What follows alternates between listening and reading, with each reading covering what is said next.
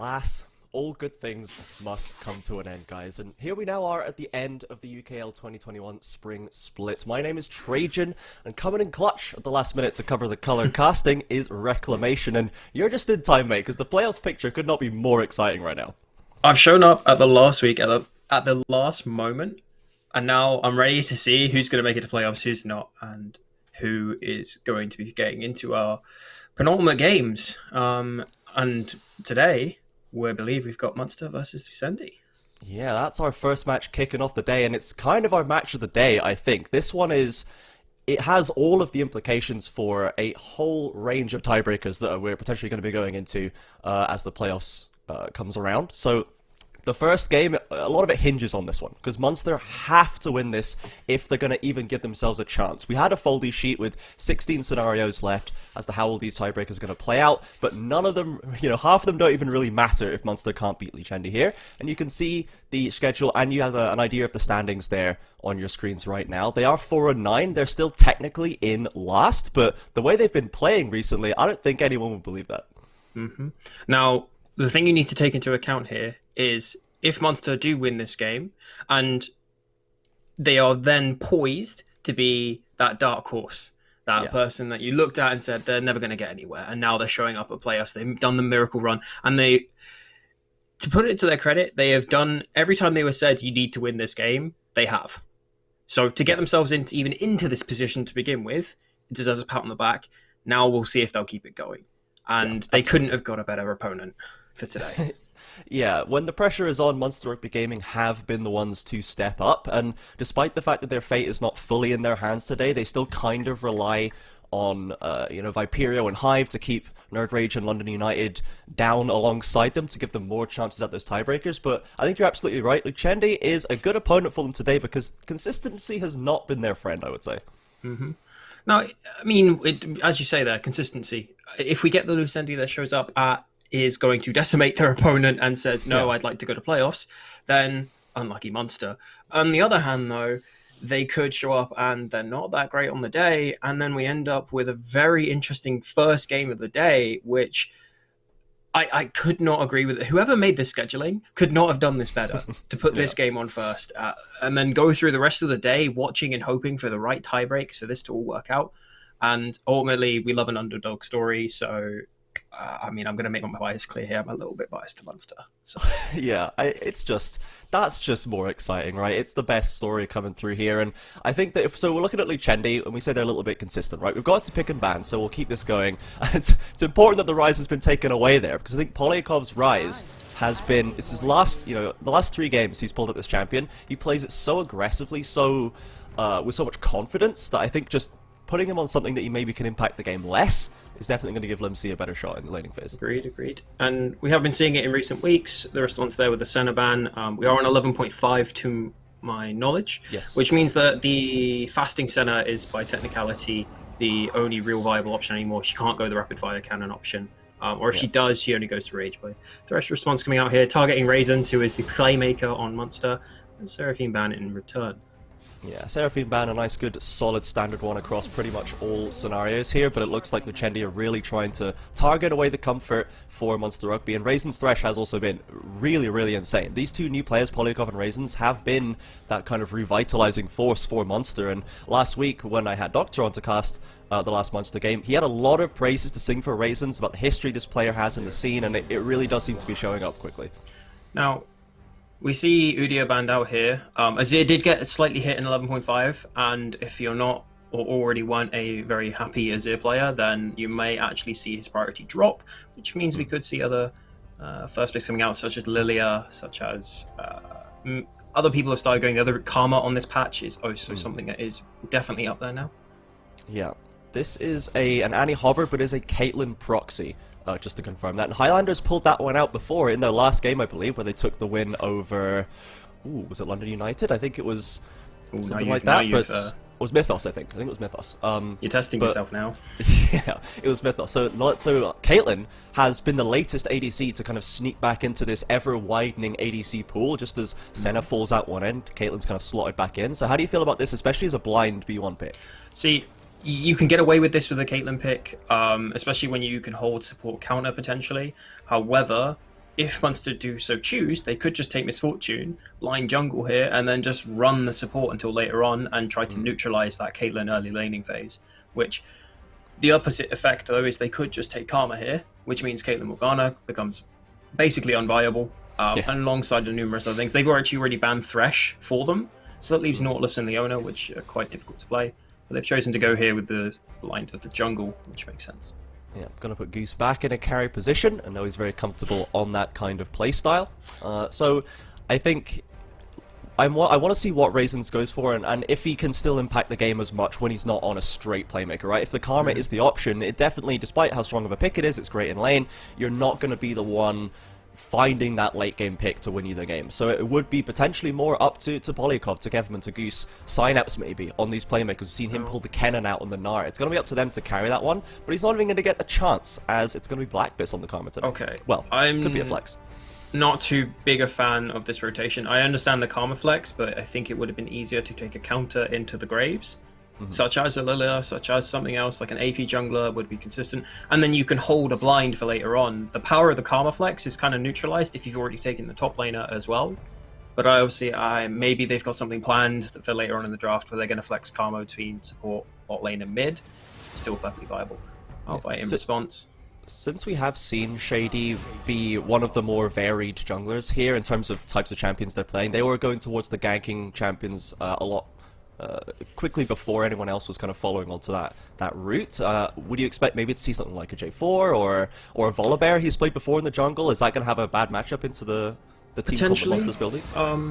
You could see junglers that try to marry up with Caitlyn's early spike. However, now that you've seen Malphite locked in, you know that in many ways now with Gnar and Caitlyn in this game, it's going to be very difficult to try and win team fights. And you're also laning against MF, who is no slouch in those early first rotations. So, in reality, I'm looking at this and saying they should probably either target the jungle pool, or they target things that would make a Malphite's life difficult. Look here to target mid lane priority with another AD pick, but if you already have Malphite in the game, I'm not too big a fan of that one, but it makes sense from a priority point of view for playing for jungle matchups. Yeah, I like them taking away the Silas as well. Once you've locked in the Malphite, it's just like, let's just not make his life easier, guys. Come on. Silas has been sneaking back into that top lane pool, particularly, I think, several times. Limsey's played it once as well, so a nice little ban there. And it's going to be the Blitzcrank taken away, denying even more playmaking potential, as we saw Haas for Viperio making that pick do a lot of work in recent games.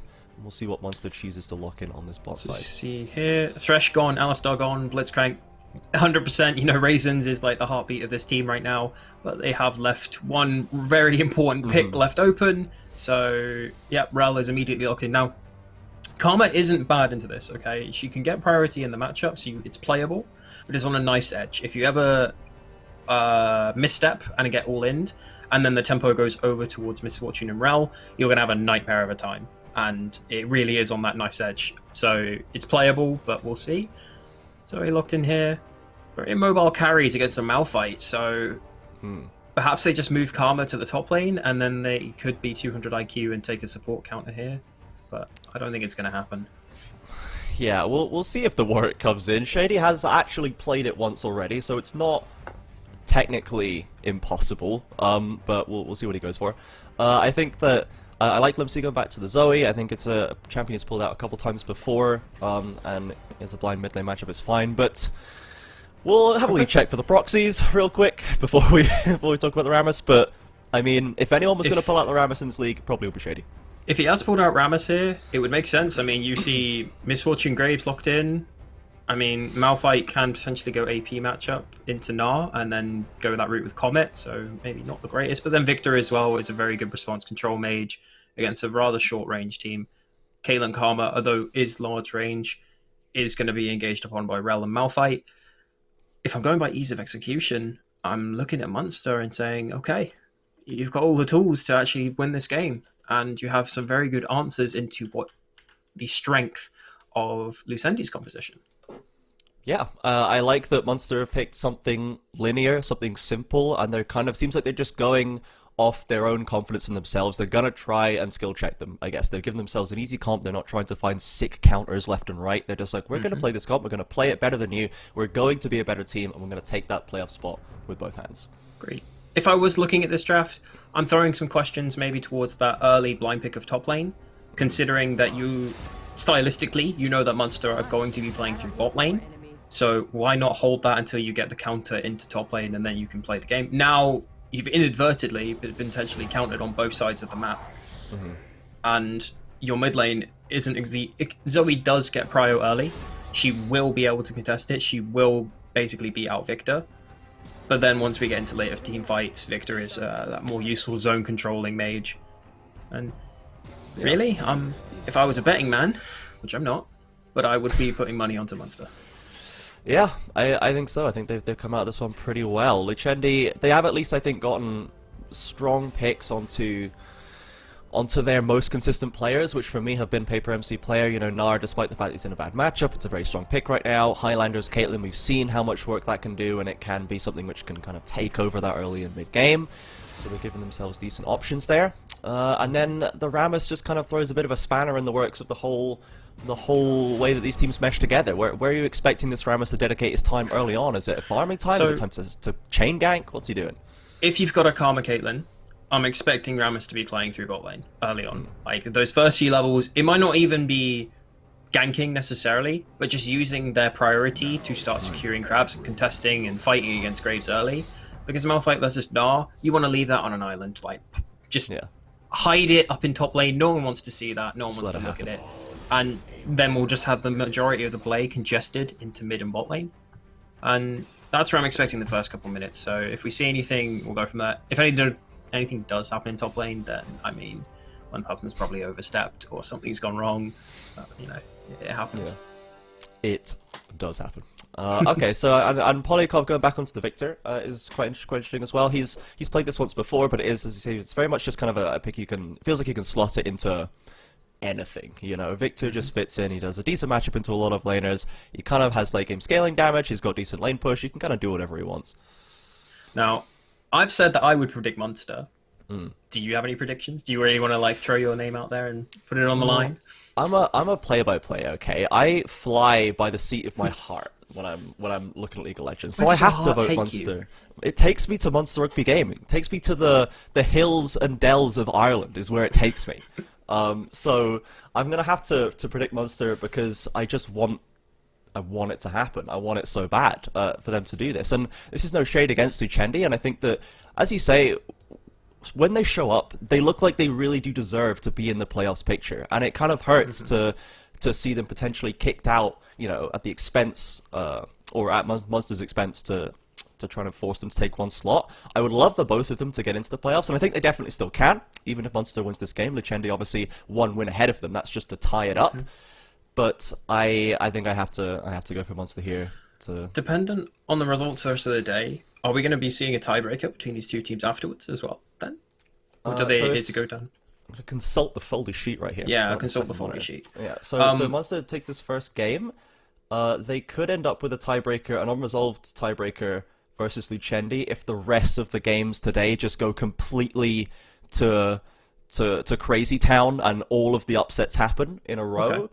But then that will leave Munster and Lucendi just fighting for 7th and 8th, and no one really cares at that point, right? Like that would be a very sad tiebreaker to have to do. It is a very sad tiebreaker, but I mean, it's still a tiebreaker nonetheless. So this game does have some importance of how the playoff race plays out. Yes. Once they're putting themselves even into contention, and they need other results to go their way to be able to get to their desired outcome of in playing into playoffs. But if Lucendi win, then Lucendi, I believe, would be safe, relatively speaking, unless they would have to do another tiebreaker with other teams. They would be completely safe. If Lucendi win, they end up at 6 and 8, and a lot of the tiebreakers they're all at 4, are all at 5 wins right now.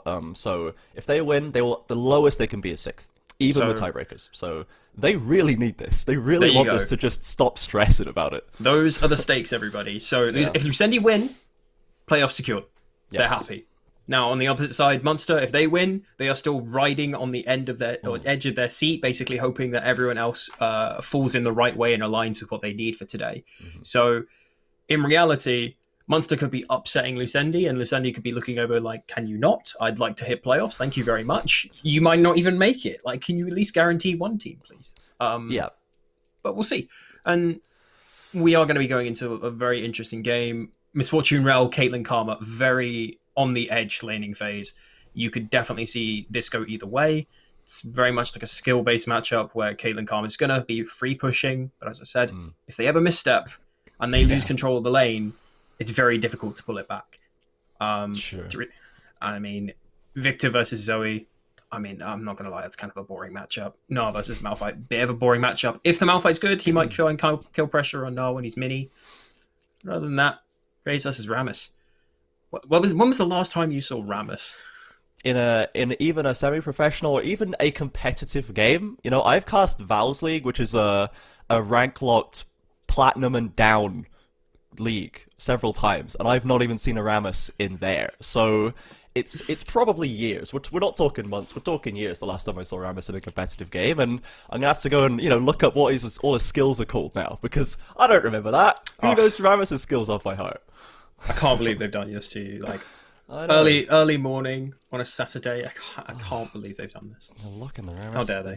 They're doing it to stress me out. So if you say that Rammus is expected to play around bot lane, even if they're not getting ganks, is normally playing in tandem with them to secure that bot lane prio. Does Goose want to be contesting this, or is he just going to go, okay, bot lane is going to be rough, I'm going to go hang out in my own jungle, or your jungle, Rammus, and just farm it up? Now, this is the weird thing where you're going to have to think in Goose's head here. He's got two viable options to his name. He either plays for himself, and then goes from bot to top lane, taking a leashless start, and then that way he guarantees that he is able to get a crab early on.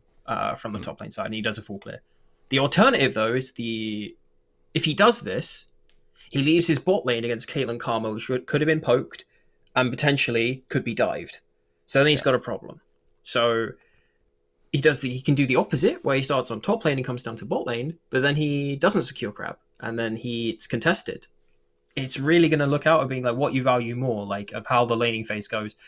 Provided that Rel and Misfortune here are going to be safe, he could do the first option, recall, and come back onto bot side, and he should be fine. So we'll see.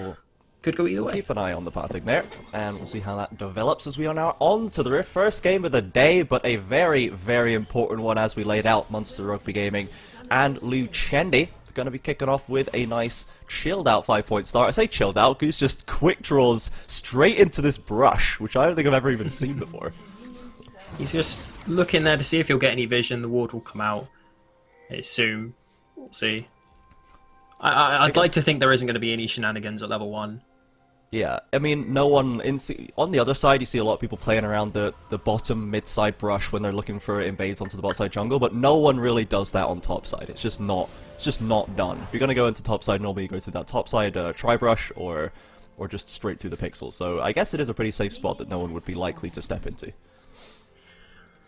See here, standard fan out, just looking for vision, making sure you're not being late invaded in any way, which is something they should have been considering. Caitlyn Karma, not exactly like the weakest level 1 team. Effectively, they could have if they wished to start looking for things aggressively. They haven't.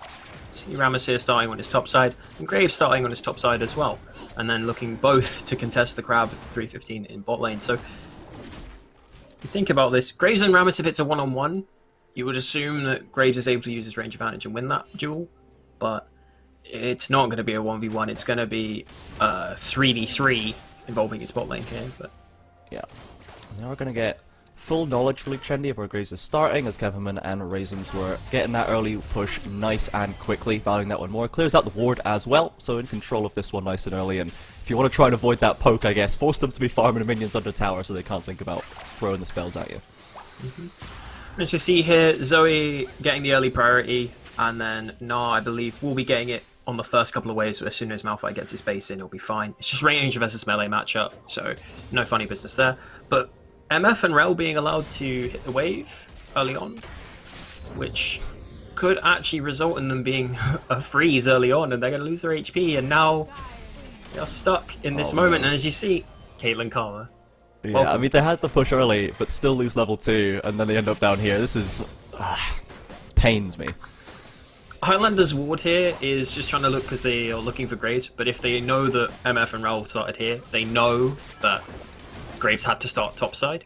So they're really just trying to protect of any cheese, but in doing so, their wave has been thinned out, which could be a problem for Rammus if he wants to contest on this crab in a second, because this isn't going to hold MF and Rel here.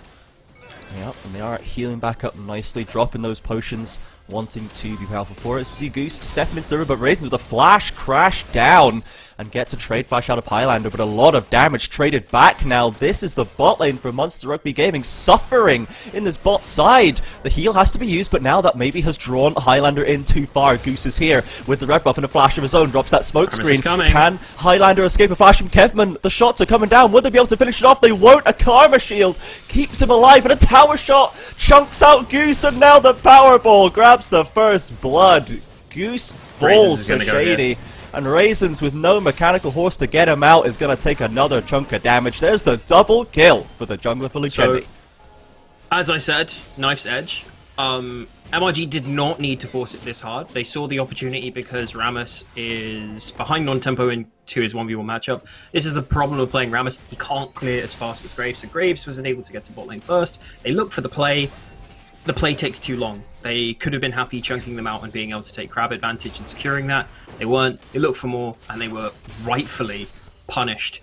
And now Caitlyn Karma looking rather scary in lane with the assist experience, as well as Rammus being a very happy...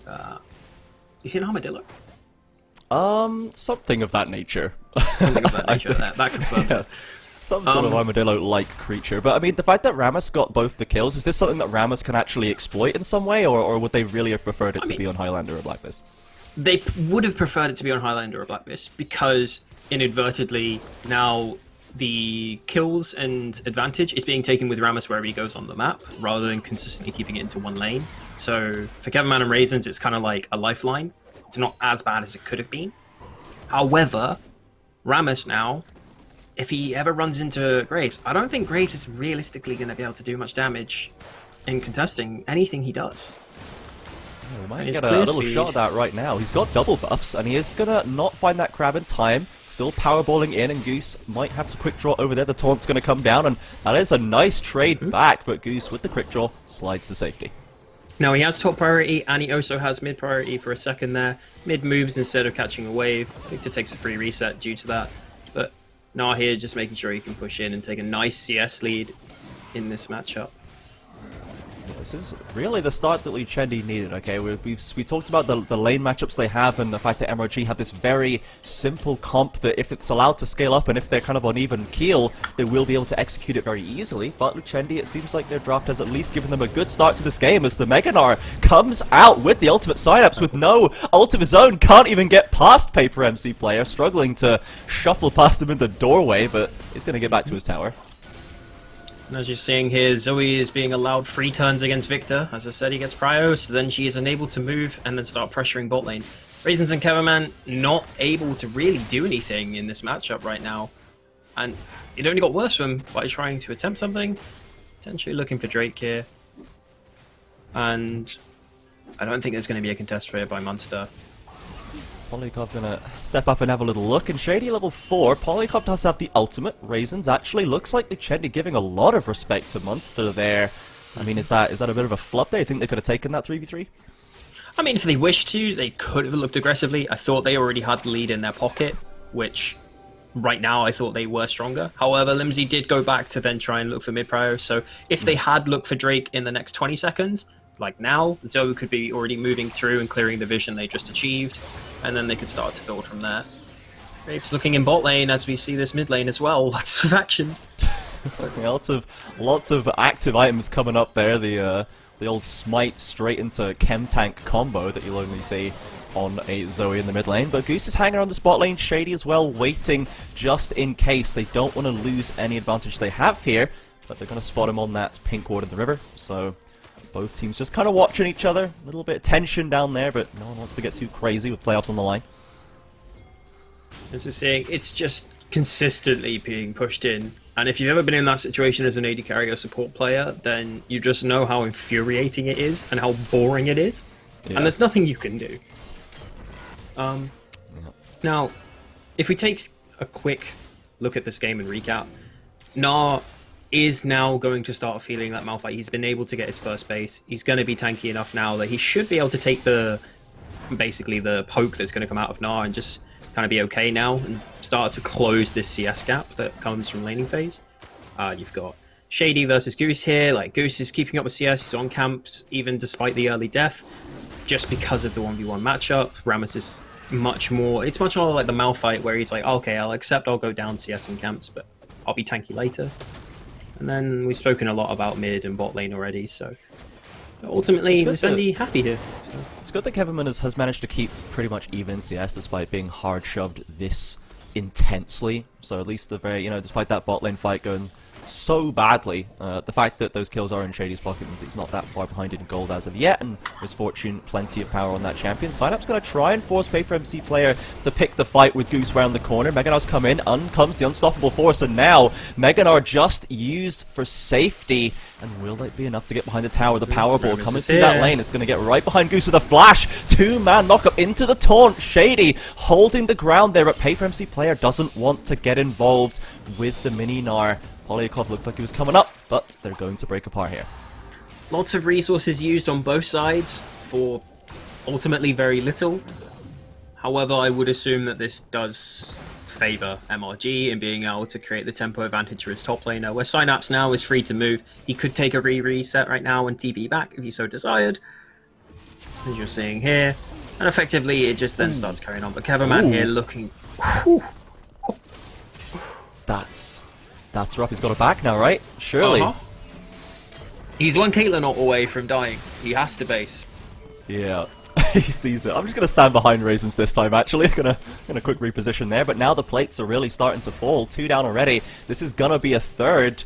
And yeah, Highlander and Blackpist, despite the CS not being hugely in their favor, the gold most certainly is. Now, it sounds really counterproductive here, but I would have thought they would have been better for Caitlyn Karma here to base instead of aggressively pushing for the plate. And the reasoning being is now that Rel and MF are coming back from base, they actually have an economy advantage from spending.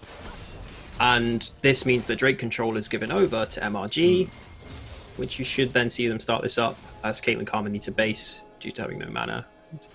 Trying to catch up on those bases. Yeah, they're going to get this wave shoved in. Kevinman and Raisin's going to grab this one up. Goose heading towards that river.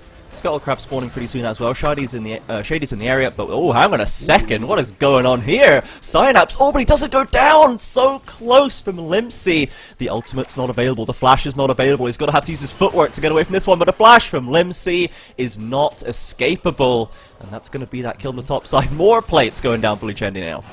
Excellent roams. Like, I consistently said that Zoe will get prio here and will be able to make something. But the amount of roams that we're seeing, just every single time, I have prio, I'm going to look for bot lane, I'm going to look for top lane, oh, come back, I've got prio again, what can I do? Trying to really make usage of that tempo investment to helping your side laners. So, I can just only congratulate, like, Limsey, this is really good, keep it up. Like, if we see more of that, then this game is going to be a lot easier for his team. Really loving the Zoe pick so far for Limsey, and Polykov without the rise this game seems to be lacking the killer instinct here. Maybe it's just a matchup, as you say, it's kind of a boring matchup and you don't really have the option to really go super aggressive, but the roams have been a bit half-hearted. He's not behind Limsey, and I'm yet to see the Polykov really step into the spotlight. Maybe once he gets some items we'll see that flare come back. Now, as you're saying there, as Victor does scale and is able to hit his augments, he's already got the first one. He should then be able to hopefully start contesting his prio. But for right now, it's all Limsey. He's just got complete control of the map. And it just so happens that he's able to play to Gnar in the range versus melee matchup. So they're trying to force on bot lane here. Yep, TP from Synapse, but so much distance already put between them and the Lucendi bot lane. Polyakov now does have a roam coming through, throws the death ray but won't find anybody. And it could just be trying to get some... Oh, but no, Highlander stuck around and it's going to get knocked up. Raisins is ready, and I think Highlander, not given the respect needed, does end up giving down the kill. It does go to Raisins, but still, didn't need to go down there. This would have been a complete net win for Lucendi if he was just patient there. Like, the counterplay was coming with Herald and then looking here onto Graves. Oh no, another counterplay, and that is some impressive damage coming out of Lucendi's top side of the map. Goose now the one not given the respect to the possible jungle gank, and that's the tower down, that's his life gone. It's all going wrong. And this was precisely what I was more looking at and saying, if Caitlyn is patient here, you lose nothing. They have one wave, they can't take the turret with that. and then you use Herald, you take top, you get the kill there, and then also everything else. Play was magic. Ooh, smite usage. Shady not wasting any time, forces the cleanse out of Polyakov, and actually now Victor firing back the damage with the Chaos Storm, being a couple more ticks, but the exhaust is huge. He flashes to try and get something, anything, but he can't get it secured, and Limsey will happily pick him off too far away. That is tragic for Polyakov. It's at moments like those where you just say, can we go next? Yeah. The mental damage coming in is massive. Rammus here walks in, says, I'm gonna taunt you, walks out with 2 like HP. I'll wait till my next point in case this goes in. Yeah, Highlander, I think, is flashless still, and then comes the Magnet Storm. Kevman with the burst, but Highlander has the net to get away, and now Kevinman's the one having to retreat. The Ignite's already got him very low, and Blackbiss trying to push them back behind the tower for another Magnet Soul Flare, and a flash onto Kevinman, and Airy secures it. What a play from Karma. Yeah, Karma on 11.5. It's not very fair. Let's just state that right now. But it's being played beautifully. It's being abused to its maximum potential. Highlander and Black Abyss here making so much pressure on the map that Kevinman and Raisins feel they need to all in, but they're not finding the right timings. They're not finding it because they fell behind early, which means it just becomes even harder to punish that window when you're given the opportunity, and it's only going to get worse. As Highlander here managed to get up to Kraken Slayer, and Karma's just packing with some more support items, very close to either going for Moonstone here, and then you'll start to see Staff Flowing Water maybe coming out, and Rammus is going to love that, Zoe's going to love that, Caitlyn's going to love that, and this composition starts to come together. We were wondering which Lucendi was going to show up today, but it certainly seems to be the better one, as everybody on their team right now is performing so well. Highlander with 1 misstep, but apart from that, there's barely been a foot put wrong by them this game. Now, let's take a look at this and say, okay, we know that Lucendi are doing really well. We know Lucendi are the one playing with agency. They're the ones basically setting the pace of the game. If you're Munster, how do you hold this game? Okay, we need to assess where we can get a priority right now. More than likely, it's gonna come from Polyakov. How do we secure that? Send Graves to mid lane, push out the wave, and then use those 2-man to then start moving down to maybe bot or top and trying to secure something of your own. But as we see here, we're gonna force through bot lane. They're going straight through, but Shady flashing forward, gets the taunt onto Kevinman and grabs himself a killing spree. Raisins, meanwhile, is holding that front line, doing decent damage, but with Graves behind the Rammus, it's just not close enough, and Highlander's going to step away. And it's another 2 for 0. Lucendi walk away happy. They realise that actually they can just utilise their leads now. It doesn't matter if MLG even tried to create anything like that. Victor had first move, doesn't matter. We're already fed. And then Lucendi can make any play they like now. And there's no counterpunch. Oh, Nar comes out, the ultimate onto Cyanax. Polyakov though covering, and they re-engage onto Limsey, but the stasis keeps them alive for a little longer. Flashes out and grabs the other flash on the ground. Polyakov! This is so painful. Oh no, Goose hit with the CP Trouble Bubble as well. It's going to be another kill, but he misses it. Limsey drops the paddle star. Doesn't really matter. Nar's going to snap it up, but man, Munster, they are being tested this game. Now, as I said, if you're Munster, the only option you had, which was already a bad one, was that push out through mid and then enabling Victor and Graves to maybe make something happen while Zoe is pinned under the turret. That didn't happen. They took a straight 2v2 in bot, 3v3 in bot lane with the junglers included. It didn't go well for them. Where have I seen that before? And it's almost as if they're running into a brick wall now. They had success previously doing this, where the biggest voice on the team, as Raisins came in, he was the playmaker. And it's just one of those games where it's not paying off for him right now. He's been pushed into a wall, so he needs the rest of his team to maybe step up a little bit here and help him out. But it's just not quite pulling off and not happening.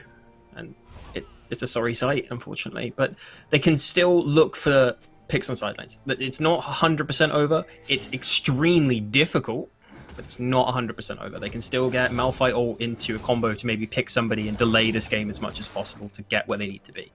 Yeah, you're absolutely right. They do have that one singular mission on their mind, and if they can get it all to come together around a dragon fight or a baron fight maybe, it can be saved for Munster. But this is looking at an 8k deficit at the 17 to 18 minute mark. Lucendi with everything in their favor, and if they can play it out kind of as well and as consistently as they have been this game, this early game, this is going to be easily sewn up for them. They don't even, they don't even have the Baron to look at taking here, but it's the kind of thing that Monster Rugby Gaming are going to have to be very scared of with this much control in Luchendi's pocket.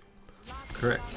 Now you're seeing mid-priority come out here. They've stopped the wave in top lane into a freeze and now allowing the 3-man to begin moving towards the top lane as the wave is going to crash. So I'm very likely you're going to see this top tier 2 come down. Victor looks to push out the mid wave and then rejoin in top. They choose not to go anything, just looking for that little bit of poke damage. MC finds the bubble and the paddle star onto Raisins, chunks him down to a third, and meanwhile Polyakov's been found out by Shady, but once again opts into this fight. Can they get the kill this time? Finally! Polyakov gets the shutdown he's been searching for all game, and they escape without losing anyone else. So, Lucendi were doing everything right, but then they didn't pull the trigger quick enough on crashing the wave into top lane turret and then being able to cut off the escape of MRG from behind the turret, which enabled then that Lucendi were looking at it and going, okay, they've walked into our control, we need to kill them now. But the thing is that Caitlyn Karma was still on the top lane turret as Rammus went for the play. The miscommunication, MRG punish it immediately, try and take what they can. But ultimately, it's still a hard task. Even though they got a win there, it means they had to commit numbers elsewhere, which means Nar can then punish the Malphite matchup that Malphite's fallen behind in, trying to help the rest of his team. And yeah, there's no good plays, but you take what you can get. Yeah, absolutely. They will take that one. It was a nice little shutdown, and they've got some mythics coming through now. They've got the Leandries onto Polyakov, Shieldbow on Goose, and Kevin with the Gale Force. You already saw him there, and that might help him stay a little bit safer throughout these fights. But on the other side, Limsey, with the Medjai's beginning to stack up, hasn't been killed yet, and if they can't find a shutdown onto this Zoe, it's going to become a real big problem for them. Agreed. Now, it's going to be one of those things where I'm going to keep hitting it, that I want to see Malphite at some point sack waves, understanding that he's going to try and look for Caitlyn, look for the Zoe, look for these carries that are immobile with your ultimate, and then try and make a play from that. That's your positive play potential. Otherwise, we're just going to see this repeated with mid-priority into Caitlyn Karma, where they keep sieging, and it becomes so difficult to play. But as we see, a little sneaky play, if not, does show. Bait. Goose has not been spotted, I don't think. Paper MC player, they're holding his ground, stony-faced in the bush, waiting, and now Goose might show in the mid lane if he's not careful, and then they'll know. Oh, he's trying the recall. He's walking away. This is... Did they even spot him? I guess they did. They did spot him as he walked away. See, Nar didn't want to show because he didn't know if Graves was around and die. But the thing is, if he actually tries to create an aggressive play there, that means his 4-man should be able to take Baron pretty goddamn quickly. So, now we're seeing MRG. They don't know if they got Baron. Here's the fight. They've gone to the carriage though. Goose trying to take down Black, but isn't going to find it. Shady on the other side is completely holding Kevin. Flashes over for essentially the solo kill, and now it's still so tanky. Polyakov arrives and throws down the gravity well to keep them away. A TP coming in from Meganar. If he can find a priority target, it's going to be painful, but MRG are going to back away. Just one death for them in Kevin, but with the Baron live, Lucendi, they're going to start it up. Very well played there. They got mid-priority, they took positional advantage, they looked for the vision control, and then they punished anybody that walked in, because MRG didn't know if they were doing Baron or not. They didn't blue trinket it, when one of them is sat literally in the inventory of Polyakov.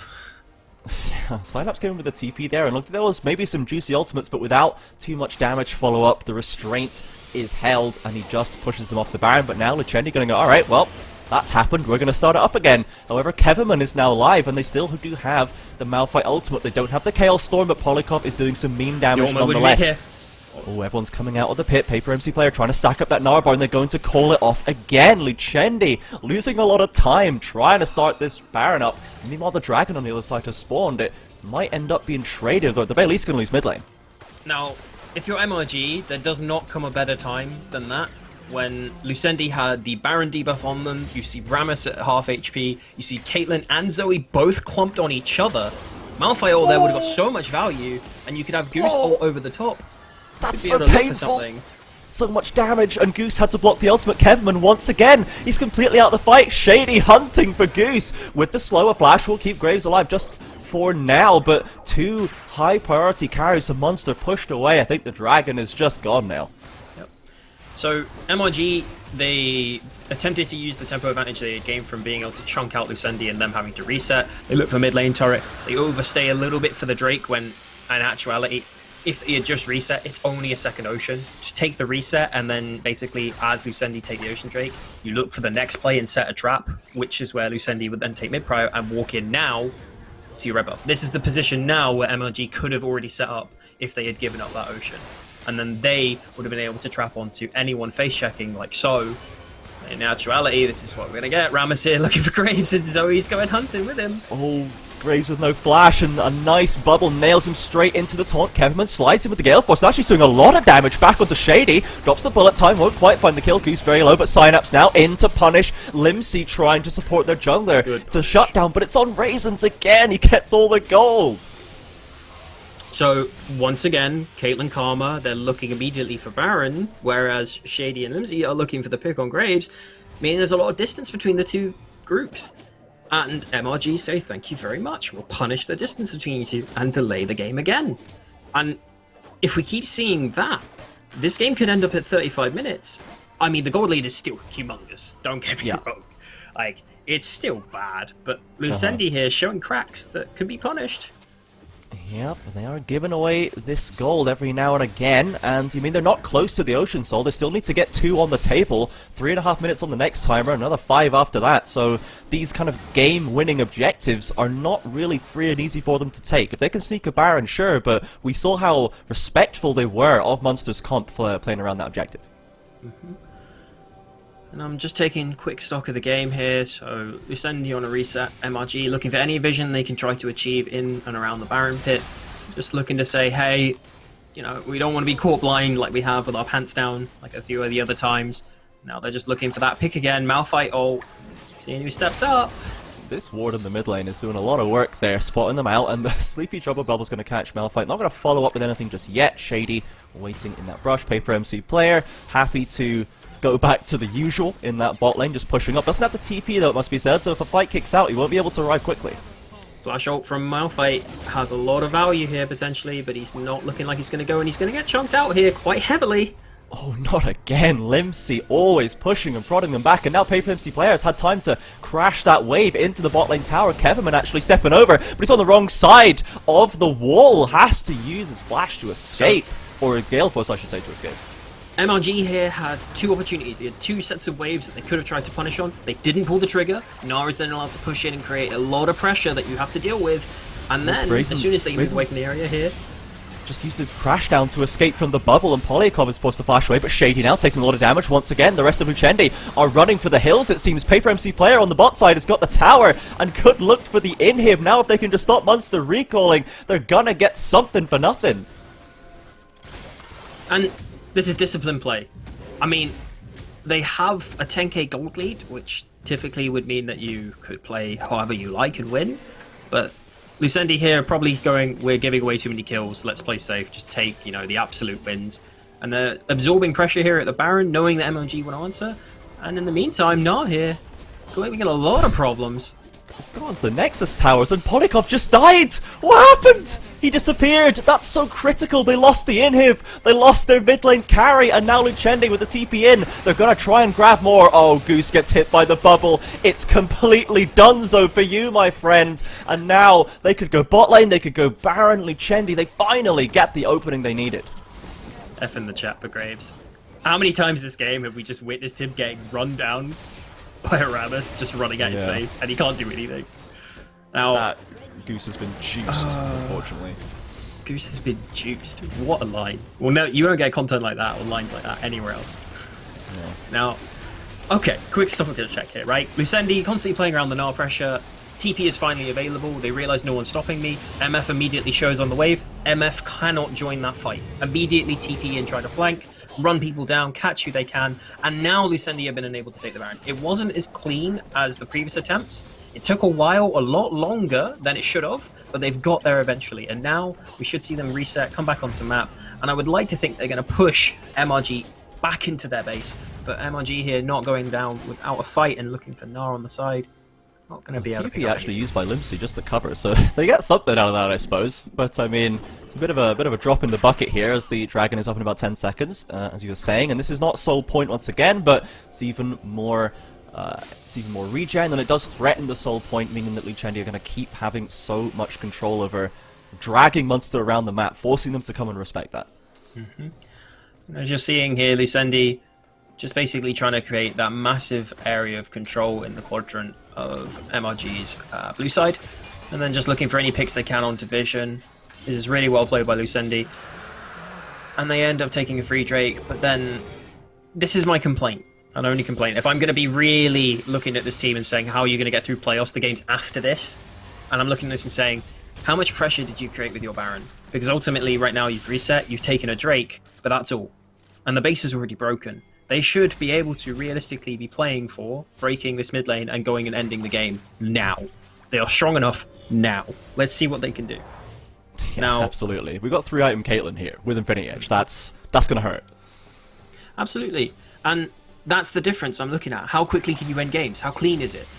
And maybe that's one of the concerns with Lucendi right now. Pain! Another Caitlyn. Whoa, he slips past it! Raisins is too slow without the horse!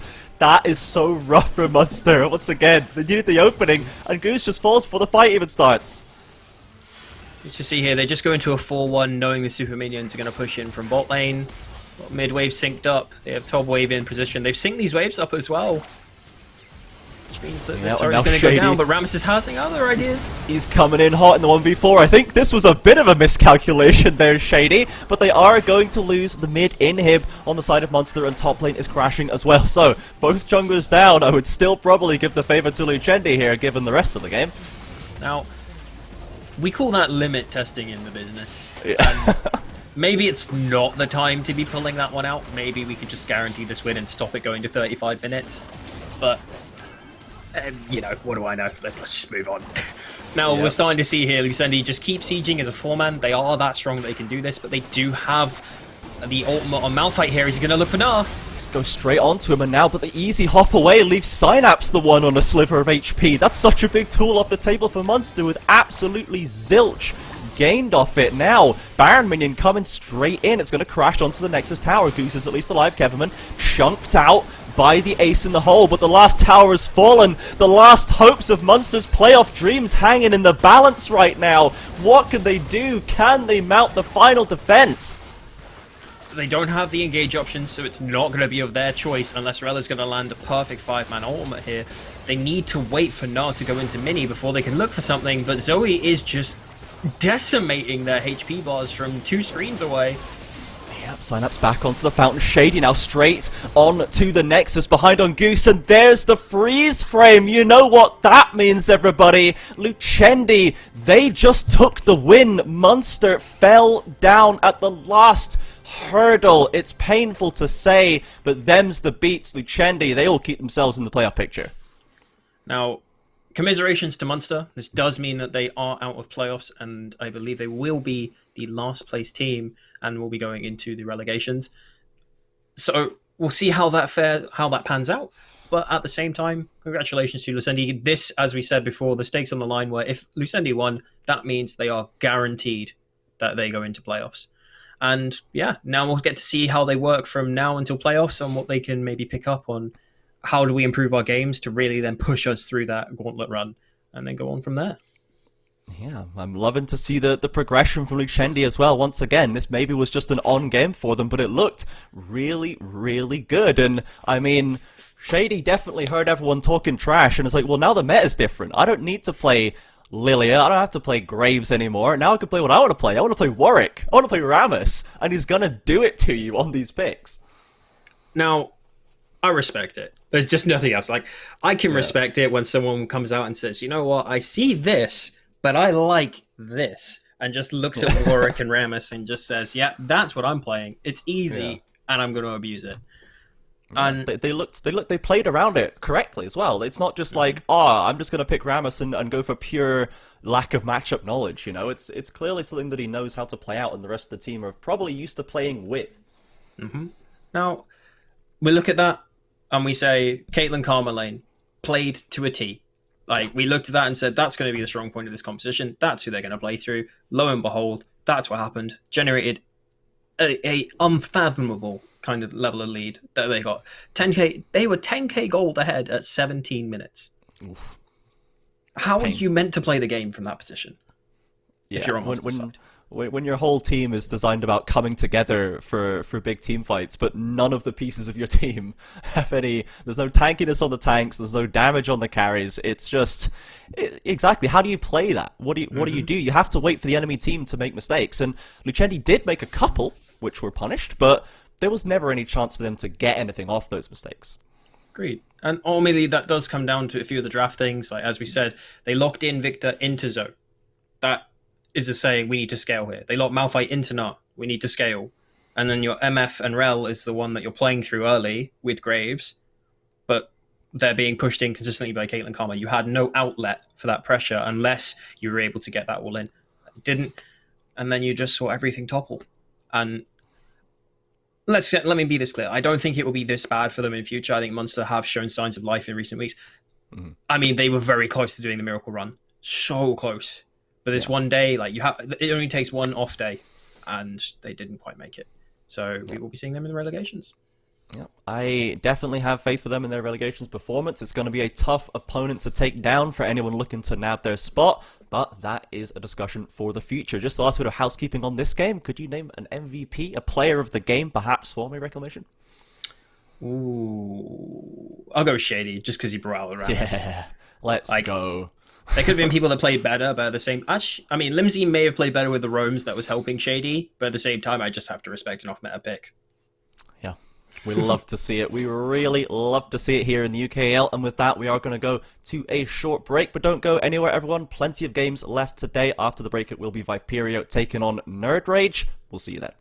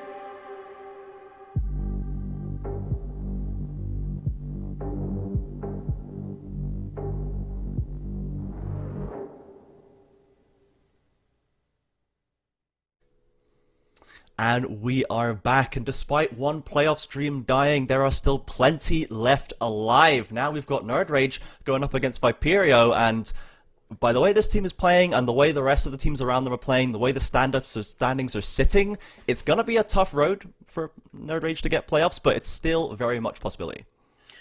And that's the main thing. It's in their hands. If they win today, they are safe. They should be hitting their playoffs and they should be good to go. There will be a few tiebreakers, if I recall correctly, potentially, just for where they will place of who will play first, of who will get higher, and different seeding. But ultimately, the main goal is hit playoffs. And if they win today, it's in their hands. So, gotta be another good game. Yeah, but this is a little bit more of an imbalanced one, just going by the positions of these teams. Nerded versus Viperio. Viperio fresh off a victory over Demise Academy, securing themselves as a real contender to take not just the playoffs position, but the whole split now. And Nerd Rage have been struggling, and they've been, shifting players around. Magikarp into the bot lane now, SprayX come into the jungle. Doesn't seem to have quite come together just yet, but we'll have to see. This is another game. It's a new day. Maybe they've got more progress to show us. Now, ultimately, I'm looking at this and saying it's in favor of Lucent. Let's say Lucent. Oh dear, oh dear. No, it is in favor.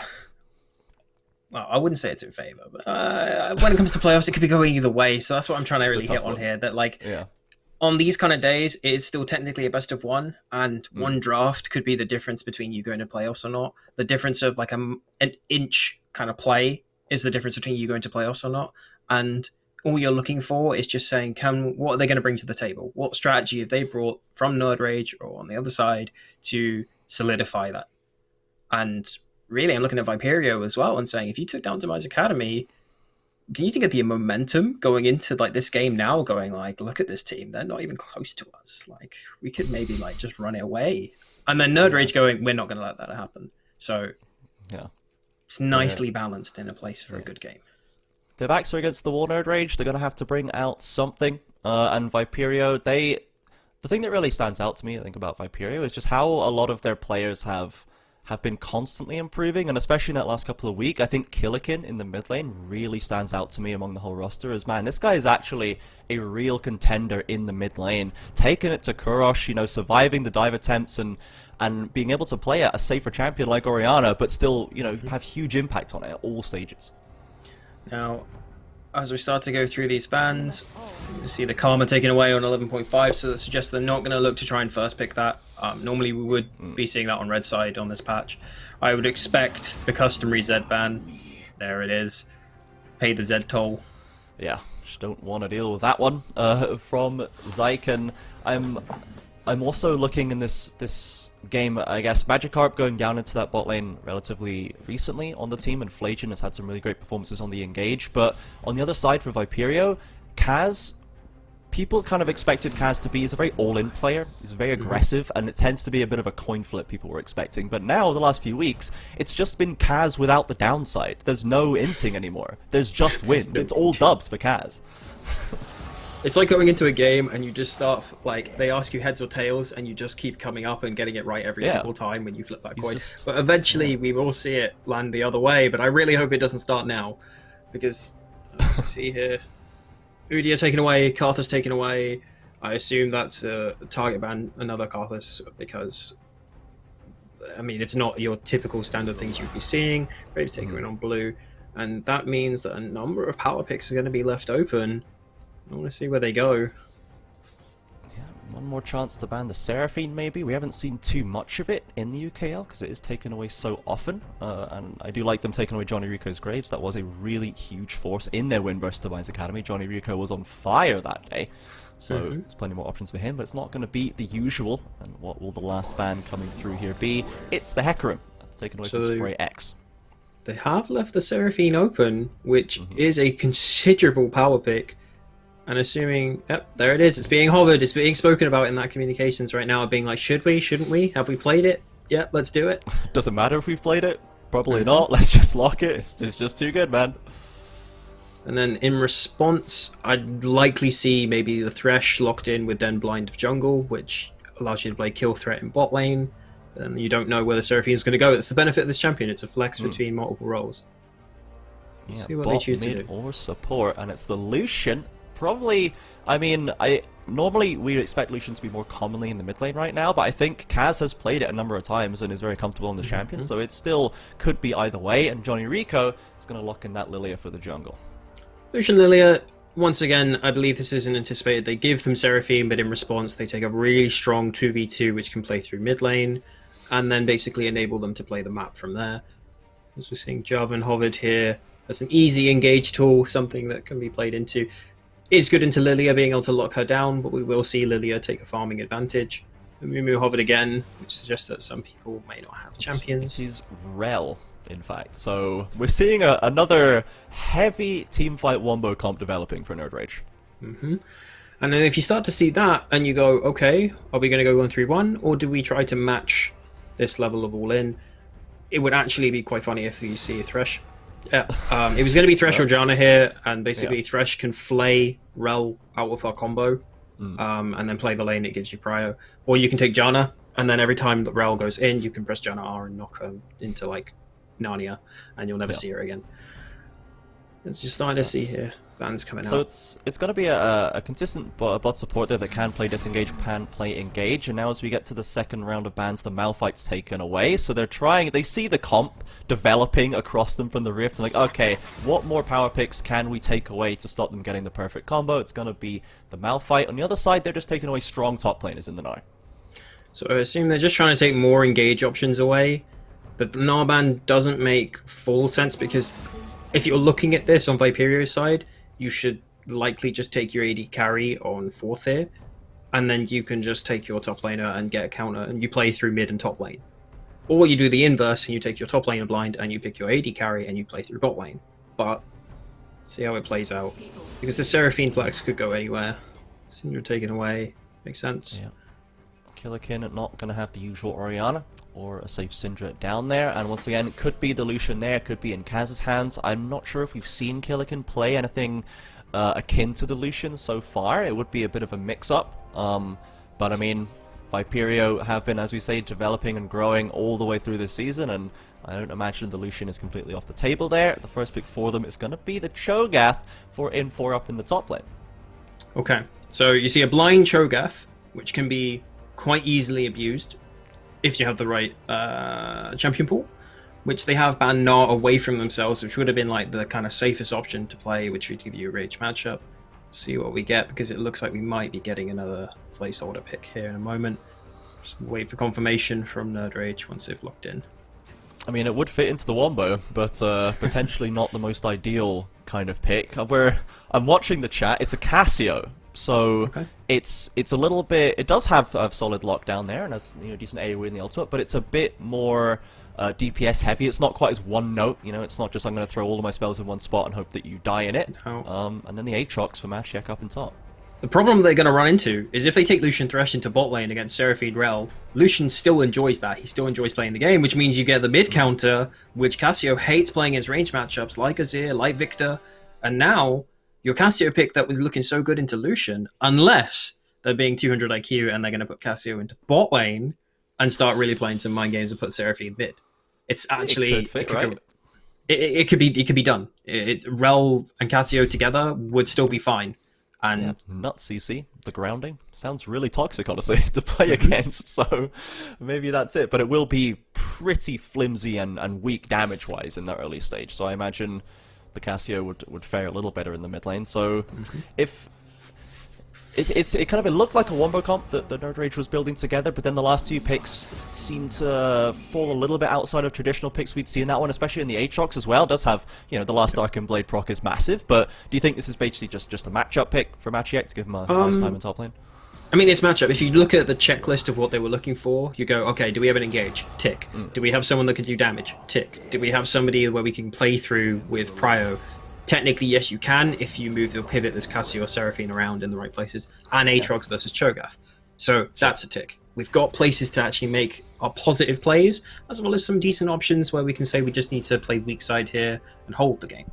And then it's likewise on Viperio. They have their engage options in Lilia, Cho'Gath, etc., and it's balanced. I'd say this game would come down to like right in the middle. My only concern is Cho'Gath, Lilia, Victor, 3 AP right there. Aatrox Sure. is loving that. He's going to be able to heal through it and basically build MR, and then he looks over and goes, I am unkillable. And if you've ever been a top laner in that situation, you know how good that feels. Yeah, and with the AD carry being a Lucian, it's not traditionally, it's not a hyper carry pick necessarily. It's not going to be able to scale up and be maybe the only AD that you need throughout this game. I mean, well, to be fair, is that fair to say? Like, with new items, it did shift a lot of positioning in terms of which champions can carry later and which can't. So is Lucian still a champion that falls off late, or can it stand up a little better now? He's still a prior machine, and let's not forget, he is no slouch in late game. He is worse than his early game, but it is not like, oh, this guy completely falls off a cliff, he's completely useless. It's still a carry, it's still like an ADC that's going to hit 6 items and be useful. So the only problem he's going to have is later on, after the early laning phases, when he decides to actually dish his DPS out, is that he's going to E forwards into Rel, Cassio, Seraphine, Jarvan, and Aatrox. All 5 of those champions he looks at and goes, please don't squish me, please don't run me over. Yeah. And he's going to have to play it pitch perfect, basically, and we'll see. But it's a nice pivot from the sense of on Viperio to try and get that mid prio. Yeah, it's like a nice, just kind of little trump card that Viperio specifically has, because Kaz is such a Lucian aficionado in that bot lane. They can play around this one, and as you say, they got themselves a nice ranged matchup in the mid lane for Killikin. I'm looking towards N4 as well in this Cho'Gath. He's been really a super consistent top laner for Viperio, very kind of CEO of weak side kind of player. Playing things like Vlad, he's just going to farm it up, or he's just playing Malphite and just chilling out and then being important later. How does just Cho'Gath kind of line up into the rest of this comp? If he's going into a wombo comp, essentially, like, is he good disengage, or is he just kind of being a meat shield at the front to just... He's good as a meat shield. I mean, he's going to hate playing Cassio, because Cassio is just going to kite him for days. He's not too big a fan of the Aatrox matchup either. And ultimately, I'm looking at that Cho'Gath, and my personal thoughts were, if this was switched for a Scion blind pick, knowing that you need that little bit AD, and this was your trump card where you could put the Victor into mid lane, and this was the way it was going down, I think that would have been personally better, just for like how the damage composition is spread out, and also more of the fact that Scion has a better engage with his ultimate and Q, and more CC abilities for the enemy team. But Cho'Gath is locked in, I can't change that, and ultimately he will be a meat shield. His ultimate is going to put some threat onto that backline if he finds the right flanks. So he certainly will be. So I guess, are you feeling good about Viperio's chances to take this win here? This is, of course, Nerd Rage's last shot to guarantee themselves playoffs, at least. I mean, they can still very much make it due to Monster losing that first game and with some tiebreakers to play out, but given what they've drafted themselves against Viperio last time, Monster put their playoffs hopes on a wombo comp. Nerd Rage seems to be doing something a little similar. Do you have any more hope for them this game, or do you think Viperio are just going to roll over? Compositionally, I'm looking at this and saying I like the draft from Nerd Rage, but it has certain things that need to be ticked off. Like, you want, or basically need, this Aatrox to become the focal point of being buffed up by Seraphine, and Seraphine to position correctly to buff up Cassio and Aatrox later on. Like, if those two get to later on, then Lucian and Cho'Gath can't really do what they want to do, and it falls onto Killikin's hands to say, you need to take this game by the scruff of the neck. But if he ever basically mispositions, then he's got a problem, because he's got Jarvan basically coming in and saying, if you don't have flash, I'm coming for you. Which, if you're looking for simple and easy things to play from, engaging from 2 screens away onto someone without flash isn't difficult. Which, nope. Yeah, it's in favor. And as soon as Jarvan does that, he has Seraphine coming in over the top. Yeah. So it's a nice composition. I think it can work, but let's also have a look at this and say, Lucian Thresh, strong 2v2. If Seraphine Rel ever mismanage their wave, they will be stuck in a freeze. They will be stuck in a position where Jarvan won't be able to help them, because he's so busy focusing on trying to keep up with Lilia from the farming aspect. And are we expecting Johnny Rico to just be farming it up and just be like, I'm gonna have more gold than you, I'm gonna be stronger than you at 15-20 minutes, or is he gonna be counter ganking maybe? You'll likely see about a 3 or 4 camp lead. If Jarvan attempts to make a play and it goes badly, then that will just quickly accelerate, and it will be the nature of that Lilia can just look in and say, I have many more jungle paths available to me. And if we actually look at this of how it's positioned, she could quite happily do her own Raptors red and then look to invade with the priority from bot and mid here. There are a lot of options early game for Viperio here that they could look to play off. I mean, Nerd Rage ain't exactly the worst position here. They can scale. So Yeah, and it has been a little bit of a rough path for Nerd Rage recently, though. Now with the pressure on, we'll see if they can get it done. As we said before, if they win this game, they're guaranteed playoffs. If not, they're going to have to go into potential tiebreakers against teams like Mythos, who have been resurging lately, and Mythos with a new sub-bot lane are looking really strong. They had a really strong game on Thursday, so it's once again just trying to remove the option where you could get pushed out of playoffs. Just get it all locked in nice and early, and then you can just go to bed or whatever and just not think about it and be like, okay, I'll see you guys next week. You guys can fight it out. I'm going to hang out here in my sick position very happily as we get onto the Rift once again. And Seraphine, I like how far back Seraphine is sitting there. I'm not going to play with fire here. Just want that, like, basically you're just looking at it and saying, I would really love that peace of mind. And ultimately, though, I'm expecting Lilia to start topside. Maybe we see the Raptors red into invade, or we just see a full clear. That's more of the options available. Ward coming out here to see if there's going to be any fancy late invades. Don't think it's going to happen. And just a quiet early game so far. No funny business at level 1. Yeah, I mentioned that Kaz has gone for the Conqueror here. It's not gone for the PTA, so not as intensely powerful in those short lane trades that Lucian excels at so quickly, but will give him a bit more survivability and I guess a bit more consistent damage going later on, which I guess I do like. If he needs to be the only AD source that needs to be burning through potentially a tank Jarvan or Rel, maybe having that extra little bit of stats later on will be helpful. As you see here, Viperia are going to go to lane. Now, they may have missed a trick here by not pulling the wave and being unable to actually then start denying Affliction and Magikarp early on.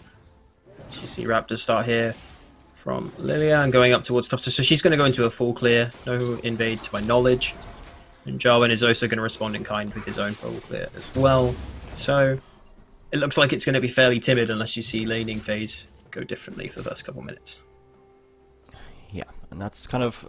I mean, if we're looking at laning phase going timidly, does that particularly favor any one team, or does either of these teams want to get a really nice early lead to playoff? Now, if I'm looking at that, yeah, it's got to be Viperio here. Viperio need to be the ones accelerating this game with the Lucian pick, with the Thresh, like, playing kill lanes there, because otherwise, Aatrox later on, generating free turns. Good hook. Ooh, nice little hook into the flay. Kaz not going to step forward, doesn't want to get crashed down upon, but this is the damage the Haas is just doing as Thresh drops Magikarp down below half.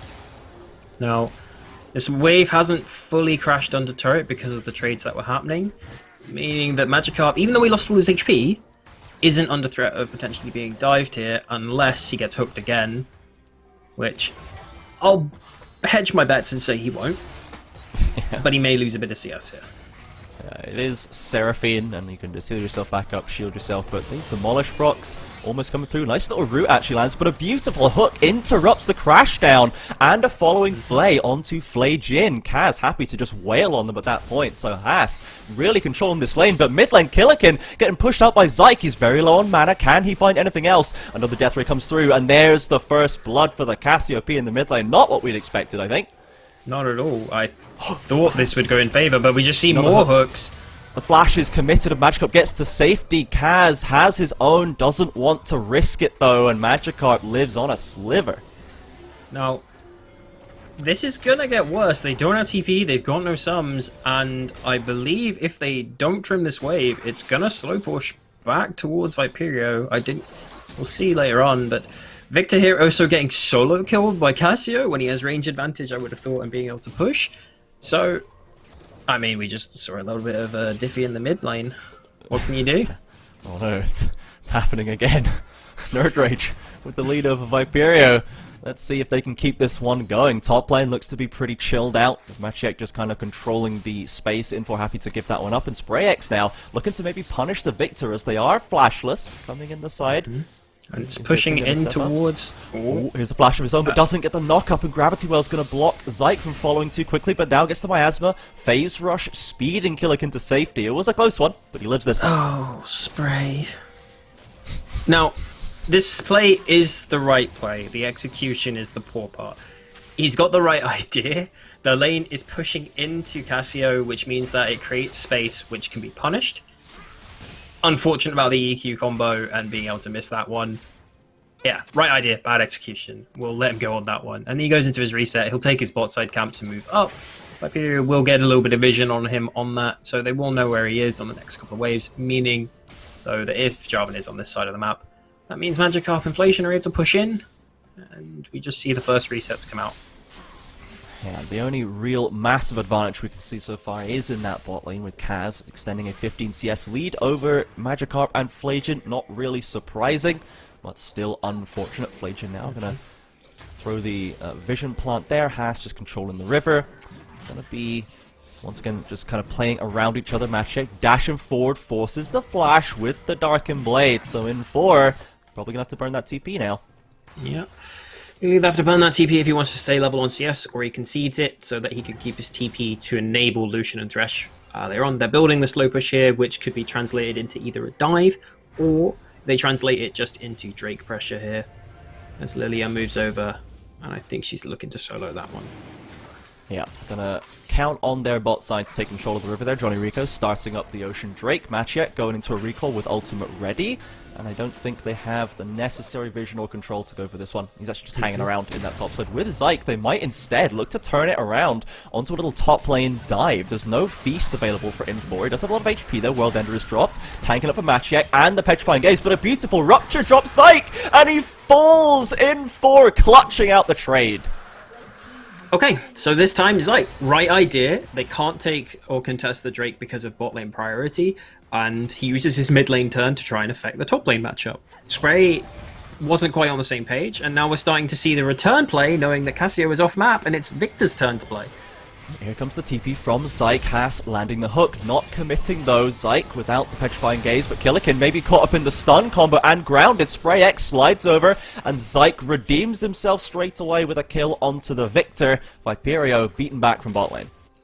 Now, even though Zyke died in top lane, they still denied the CS. They denied Cho'Gath even more experience, which means Aatrox pulls ahead in his lane. He's okay with that. So Zyke right now is fundamentally just going, I'm taking this game and saying, I want to play, I want to go to playoffs. Because right now, Killikin is not putting up a fight, he can't do anything, and Zyke is just controlling every play of the game with his mid priority right now. Well, I have to say, I'm not really liking the UKEL Victor right now, Reclamation. I'm not seeing the value of this pick. Oh, Haas threads the needle onto Magikarp, and the culling is dropped onto Flajian, but Spray X is here to punish, and gets the kill onto Thresh. Kaz, though, still stepping up aggressively. A lot of low health bars, but that's going to be the kill for Nerd Rage once again. Yeah. So, here's a difference of Haas is consistently landing great hooks. But the problem is that he's landing these hooks, but he doesn't have vision of where Spray is at any given time. He doesn't have that information, so he's looking aggressive when, in reality, he could just attempt to crash the wave, and then they could create a freeze, a slow push coming back to them, and just hold those two waves and say, you need to come out and play, and if you overextend, then we can fight 2v3. Doesn't quite happen.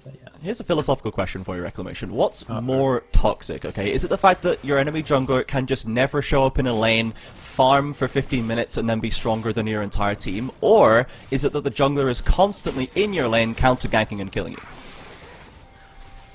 No comment. I choose to ignore this one, because otherwise I will offend junglers out there, but I'll also offend laners. There is a no-win situation in this. It just feels bad for everybody. So someone's always mad. It is League of Legends. Like, okay. Like, I suppose junglers just farming, if they do it correctly, and then farm the enemy junglers' camps, and they come out and they're stronger, I'm okay with that. But the inverse normally happens for me is when my jungler just keeps farming their own camps, doesn't invade, and then doesn't create a lead. That's when I get angry. As you see here, counterplay from Viperio, though, they're looking onto Aatrox because they've seen the swap happen, knowing they want to try and make something happen. Doesn't quite pull off, which means they lose positional advantage on top, and also Herald here. It's starting to go from bad to worse. Another good macro play by Nerd Rage there, In4, giving them the respect they deserve, and that top lane tower is going to fall. Money into all three of their pockets there. So, Johnny Rico on the bot side, looking to try and get something to happen to push Matchcheck back again, but without a Herald, this play looks a little feeble in comparison. Yep. The tempo disparity between Nerd Rage and Viperio right now is rather large. I mean, they're already pushing on to tier 2. Even if they wanted to, Lucian is not going to take this turret. They could quite happily reset and go back to standard lanes, and then Lucian and Thresh are having to contest now against a Seraphine Rel that have been given multiple waves, a turret full of gold, and just free time to basically say we're going to scale up to contest anything they now have. That kill pressure is fading and fast. Yeah, absolutely. We see the items coming through onto Magikarp there, getting closer and closer to their first mythic. Plenty of cooldown reduction and mana as well, so the spells are going to be spamming hard, and right now the only damage they seem to really need is from Zyke, who's been at all the plays and is able to pump out that damage. Got the Verdant Barrier just locked in there, and to be honest, Spray X2 with the Iron Spike Whip going towards, I would imagine, the Gore Drinker? More than likely going towards Gore Drinker, because even though it was nerfed, it's still viable. It was taken from like OP status to just like regular status in my eyes. More importantly though, I'm seeing Jarvan deciding to not go full tank. Yeah, oh, actually Encore just dropped straight and the extension lands onto both, but nothing happens, so just a little bit of a flex of Magikarp there. I could hit you if I wanted to, just remember that. He just looks over and says, "You remember all those times you were beating me up? Not anymore." And just trying to send a message, really. But ultimately, it is a wasted tool that, as you're seeing Nerd Rage here, they're trying to just get position into the river. They don't have bot priority, but they're trying to fight it with mid priority. They are allowing Lucian and Thresh to walk up here, which could look dangerous if they keep exploring. Yeah, they're sitting on that pink with their Has, just going to throw down a Vision Ward of his own, going to go back to his lane, not going to fall into that trap. Cloud Dragon coming up pretty soon. No junglers really in the area though, as Johnny Rico's hanging around with Killikin, so we'll need to see if they want to try and get their way back into that river to reclaim the area. Spray some Fleegion going down bot. Viperia, with the shallow vision they were able to achieve here, they now know that they're able to walk up here, and we're going to see a fight, but Seraphine's not going to be here first. Johnny Rico is caught, and there's a TP behind from Maciek. No response from Cho'Gath just yet, and now Sprayx dropping the Cataclysm onto Killikin, forces the flash, but a huge Magnet Storm on the other side is holding 3 members. Can they get anything off it, though? Finally, Killikin will fall. Zyke, ever the benefactor of this. Magikarp on the side, but doesn't have the Encore. Doesn't matter, gets the base drop, lands the root. Zyke hunting for more, and they've got to respect this Cassiopeia. Kaz on the Lucian being shoved around by a Seraphine. Not what we would expect, as now Sprayx flashes in. This time he gets the flash EQ combo, and Johnny Rico will fall down. Has now flashing over the wall, little juke there. Here comes to get back to Aatrox. the mid lane. Oh, in comes that hook, but now Maciek on the side will be able to knock up Has, who doesn't have the flash now. The Darkened Blades are swinging, they're flying, and Zyke another kill. Kaz firing back, caught up by the Infernal Chains. Killikin has died, respawned, and teleported, but the fight's already over. Well, damn. Like, all I can say here is Viperio, they looked for the right play. Cho'Gath never got his TP off. He interrupted Aatrox in trying to do so, but invertedly, what ends up happening here is you just see Zyke just go around and just completely demolish everything. Dodging skill shots left and right, hitting out the DPS that's required. Lucian can't even get close to this guy because Zyke had his ultimate the whole time. Like, picture perfect. Nerd Rage to take about. Like, yes, Flazian died, but inadvertently they were looking for a higher priority target in Victor, which they found. And then ultimately they walk away from this tempo advantage. Drake, now they're going to come back out on map and say, where do we want to make our next play? And Viperio very quickly need to sort themselves out and work out how can we come back into this game. Kaz trying to find his way back in, dives forward onto Maciek, but he's just going to eat the Infernal Chains. Looks like they want to try and get some plates off, though, while it's remaining, and they are going to be able to secure those. But, I mean, the comp that Nerd Rage has built with this, you know, this Wombo team comp, but lacking a little bit in damage because they've gone for the Seraphine, they've gone for the Rel, but they have a 5-1-1 Cassio now. They've got all the damage they could ever need. So, that part where I said Cassio doesn't particularly like the lane matchup, but she likes the situation that she's found herself in with the rest of the team and how short range they are. Well, now you're starting to see it come into fruition. Yeah, cool, laning phase, that didn't worry me, I just solo killed my opponent. And now there's nothing to stop her. Like, the CC coming out from Cho, that means you have to be in range of Cassio as she's chunking you. Lilia has to get in range to land her sleep. No, nothing. It's his playground, and we're all just in it right now.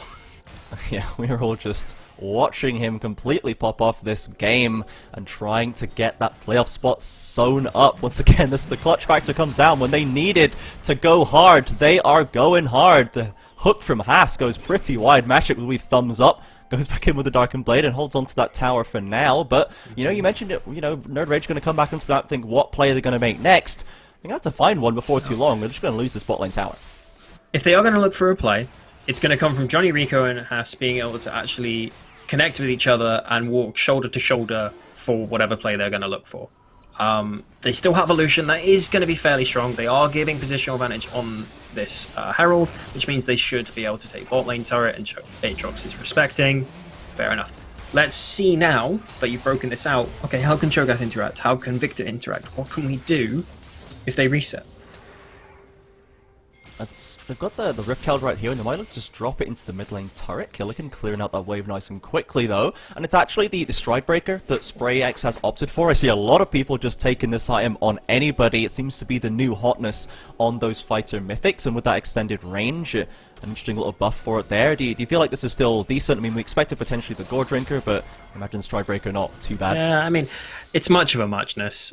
Like, Spray isn't the main focal point. He just needs to press EQ and R. And if he just so happens to hit Stride Breaker, which enables him to engage from further away, fair enough. If it kills him in one combo. Not just 2.5 screens. Now it's 2.5. Congratulations. But in reality, I'm more looking at the itemization everywhere. Like, you're seeing Zyke here, Verdant Barrier, looking for Banshees. Excellent item choice against 3 AP. You see on the other side, you've got Lucian here with Kraken Slayer, looking to be able to use his passive and go from there. I mean, it's all fairly standard across the board, and Moonstone already built for Seraphine on its way to stuff like water. See mid lane here. Gonna go down. Culling dropped by Kaz, didn't even clear out the wave with it, which is kind of unfortunate. Johnny Rico on the side, throwing the Swell Seeds. Can they get the second charge off? The Eye is there, throws the Encore, lands onto Haas, followed up by Miasma, but no follow-up. Didn't have the positioning there. Nerd Rage just poking, thinking about going in, but once again, that's a big tool off the table. Aatrox around the side for a flank, though. Ultimately, we're just seeing a little bit of ARAM coming out. Oh, here it is! A 4-man Magnet Storm and Nerd Rage! They pull the trigger! Johnny Rico on the backside doing a lot of damage, though, and In4 has got the kill onto SprayX, but now finds himself in the middle of 4 members, and Nerd Rage is going to be taken down for the double My Machiac. What an engage by Flajian. Now, I was just about to say that maybe hanging around and like using all your time investment to just look for mid lane wasn't the greatest thing in the world. Just take the mid lane turret and do something else. But I guess they just proved me wrong by Viperio opting into it and saying, yeah, sure, why not? Both teams here just decide to have a little bit of an ARAM and Nerd Rage go. We'll come out on top of that one. Fair play. They've got the CC, they've got the damage, they've got the gold, they have it all in their favour. Gonna make it 2 towers to 1, 9 kills to 3. Looking very solid for them right now. Dragon coming up pretty soon, and once again we have split the first and second dragon, so Soul not too exciting so far, but getting Mountain stacked up on Rel, on Tank, SprayX, on Machiek, even if he starts to go down that route, this could be really nice for them. Precisely, and then you're starting to see now this positional advantage trying to be created by Flajian. Here's the mid priority. Now we move into that control. Okay, Viperio, we're not going to contest this. We're going to give it and look for top lane turret. Smart call. There's the dragon, started up uncontested, gonna be free and easy for Nerd Rage right there, and tending towards that bot side too. We did see the space that In4 could control in that mid lane fight, and Johnny Rico actually doing very respectable damage, diving deep into the backline on the Lilia. So Viperio showing, you know, some of the power and tools that they do have, but with a gold deficit, and if they can't start getting it back into their favor, Nerd Rage might be able to just win on item checks. Precisely, and what I'm more looking for, once again, has Johnny Rico. We need to get you guys together and functioning as a unit. They have done this just now. Like, they recognize the map state they're in, realize we're not contesting, okay, we just need to handshake. The issue with that is you're handshaking against Aatrox, Cassio, Seraphine, which you don't want to be in this position to begin with. But they're forced into it. And it's just getting worse, because if you handshake, both teams are getting gold, both teams are getting scaling time, and Nerd Rage love that. So... Kaz has bought steel-plated toe caps on Lucian. I'm not certain about this one. Would you care to theorycraft this a little bit? Because I'm confused. Blocks all attacks by percentage, not just auto attacks. I assume he's trying to see if that works with Cassio, but I don't. No, if I assume correctly, I don't think that works. And, yeah. This is the wrong coin flip for Kaz. This is not the heads every time Kaz, I think. So far. He hasn't to be fair, he hasn't given up deaths. He's not been making over aggressive plays, but yeah, I'm just not convinced by that play. I think CDR boots to keep your summoners up and then also have your abilities on a lower cooldown with ability haste would have been a nicer option, but hey, you know, you take it. It is what it is. Move on. As you see here, Nerd Rage getting mid priority. tentatively looking here for control. They're a little bit afraid of if they might get caught. Has going to throw that hook out, but with nobody in the area, once again, just a little message being sent there. And they're going to trade wards as Skeleton steps up. Magikarp feeling pretty confident right now, has the Moonstone Manure, a verdant barrier of their own, and a fully stacked tier, so if they can get the items on deck, that Seraphine's is going to come out before too long.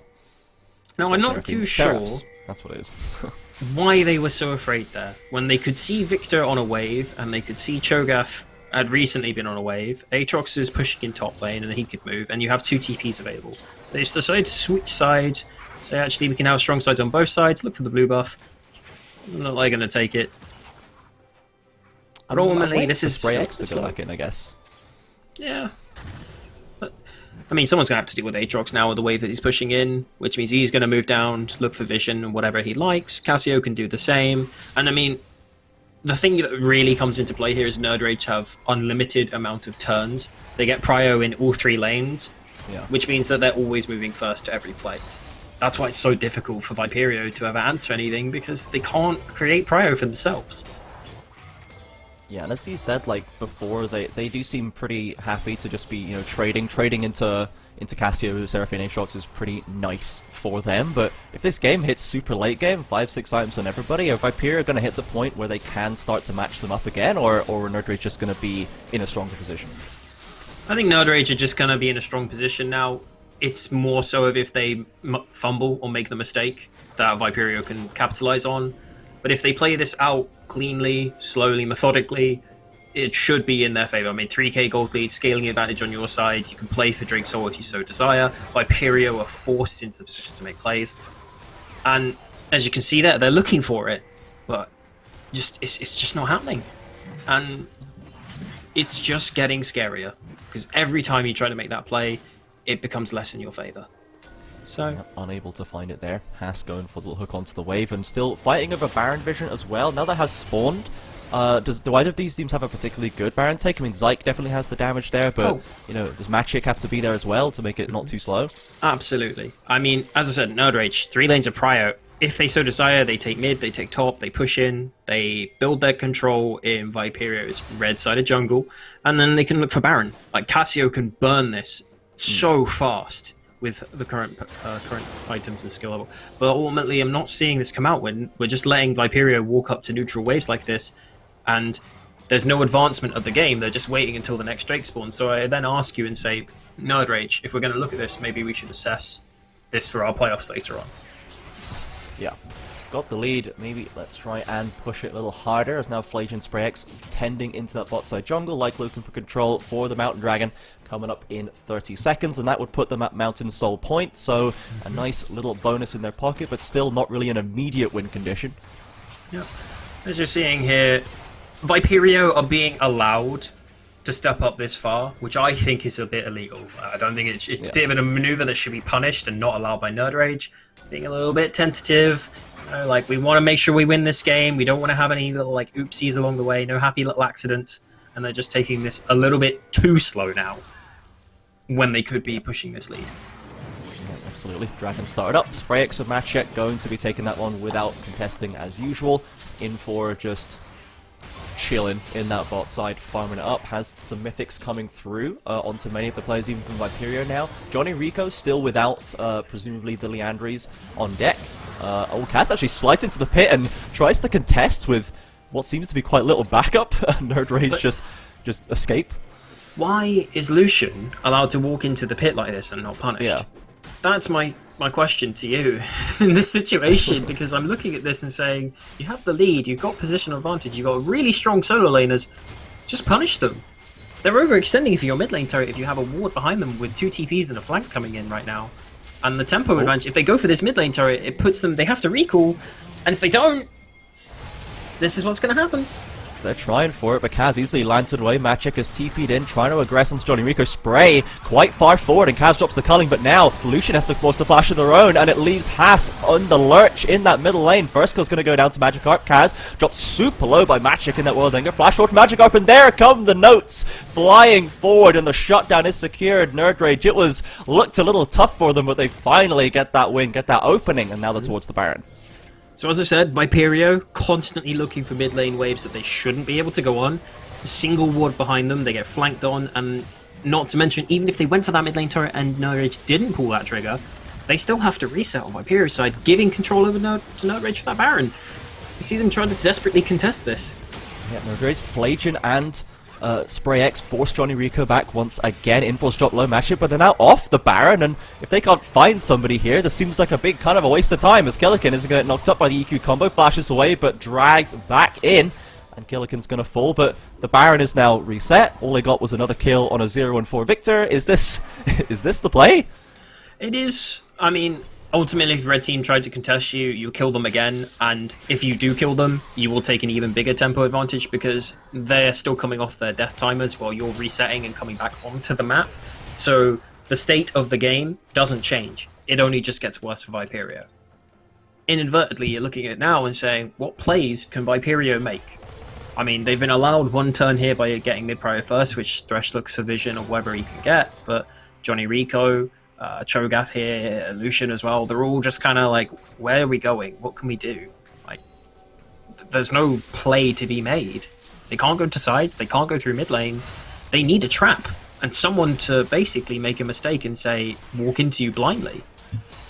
It feels a little reminiscent of last game when Lucendi were just shoving up and forcing Monster to just try and wait for them to mess up. We are actually going to go into a little pause here as we hit another little lull state, but I mean, the Mountain Soul is coming up pretty soon as well. This is something that might force Viperio to try and contest them properly, but as we've seen, Nerdrage, they're not too good at stopping them. You know, maybe they should be able to control the space a little more when they're going for that objective.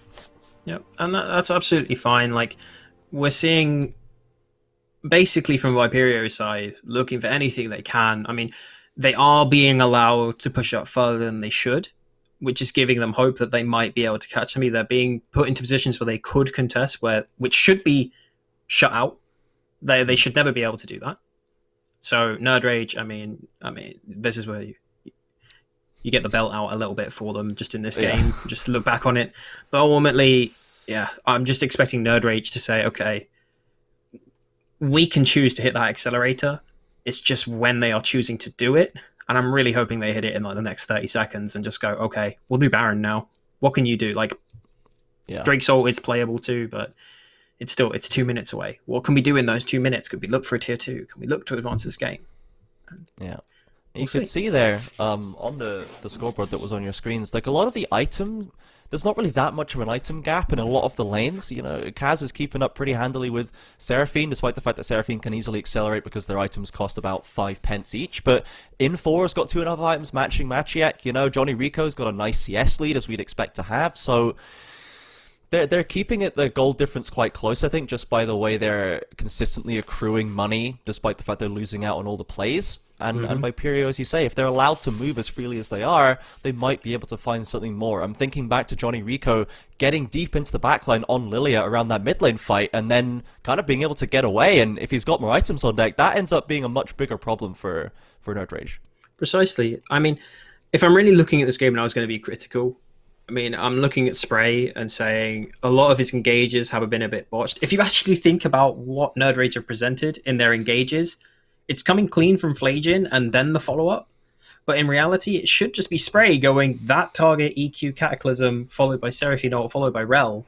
Like, have we seen that? No, we've actually seen Magikarp throw his ultimate twice and hit one target. Like, these ultimates aren't really like game-breaking from them. And that gives hope to Viperio, despite the ever-mounting like odds against them that they will, I think, be losing this game. But we shall see. I mean, it's only 3k. Drake fight coming up. Maybe someone missteps early on. Yeah, Flagian gonna eat a nice little swirl seed there. Kaz In4 and Killikin pushing in this mid lane wave. Still a couple of minutes on that dragon though, and Zyke heading back to the top lane has been farming pretty heavily on the side waves. Does have TP though to come back in if needed. And the 3 items completed on Cassio, plus Banshees, plus Stopwatch. This priority carry for Nerdrage is going to be pretty tough to knock down. And once again, Viperio, we just say we'll contest with numbers into that mid lane to force an artificial turn. They've had to do this, so they should lose prio on sides from Aatrox and Cassio now, and they'll push out, and then they will start moving back into mid lane in 30 to 40 seconds. So we're seeing what Viperio will be able to create on this turn. They got vision for it over Baron. and now they're going into a reset, potentially for this Drake, to try and be on time for it. Yep, gotten less bot wave pushed in by Maciek. 3-0 and 2 for Maciek right now on this Aatrox. Has had a lot of impact, you know, had no trouble in that side lane and has been committing and doing a lot of work in these fights. So the Aatrox has been quietly a very valuable member of Nerd Rage. While Zyke was getting a lot of assistance from Spray X and rotating to fight bot lane, Maciek has still been very much left on his lonesome for a lot of it, but it's not detracted from his performance whatsoever. Precisely. I mean, as we're seeing here, Nerd Rage are going to need to find their reset window now, which then it's 1 minute before the Drake, so they get two waves to play with. I think he's choosing to ignore it for his tempo. Okay.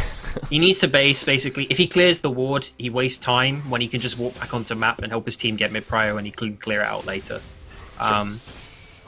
Ultimately here, yeah, Viperia already took their resets, so...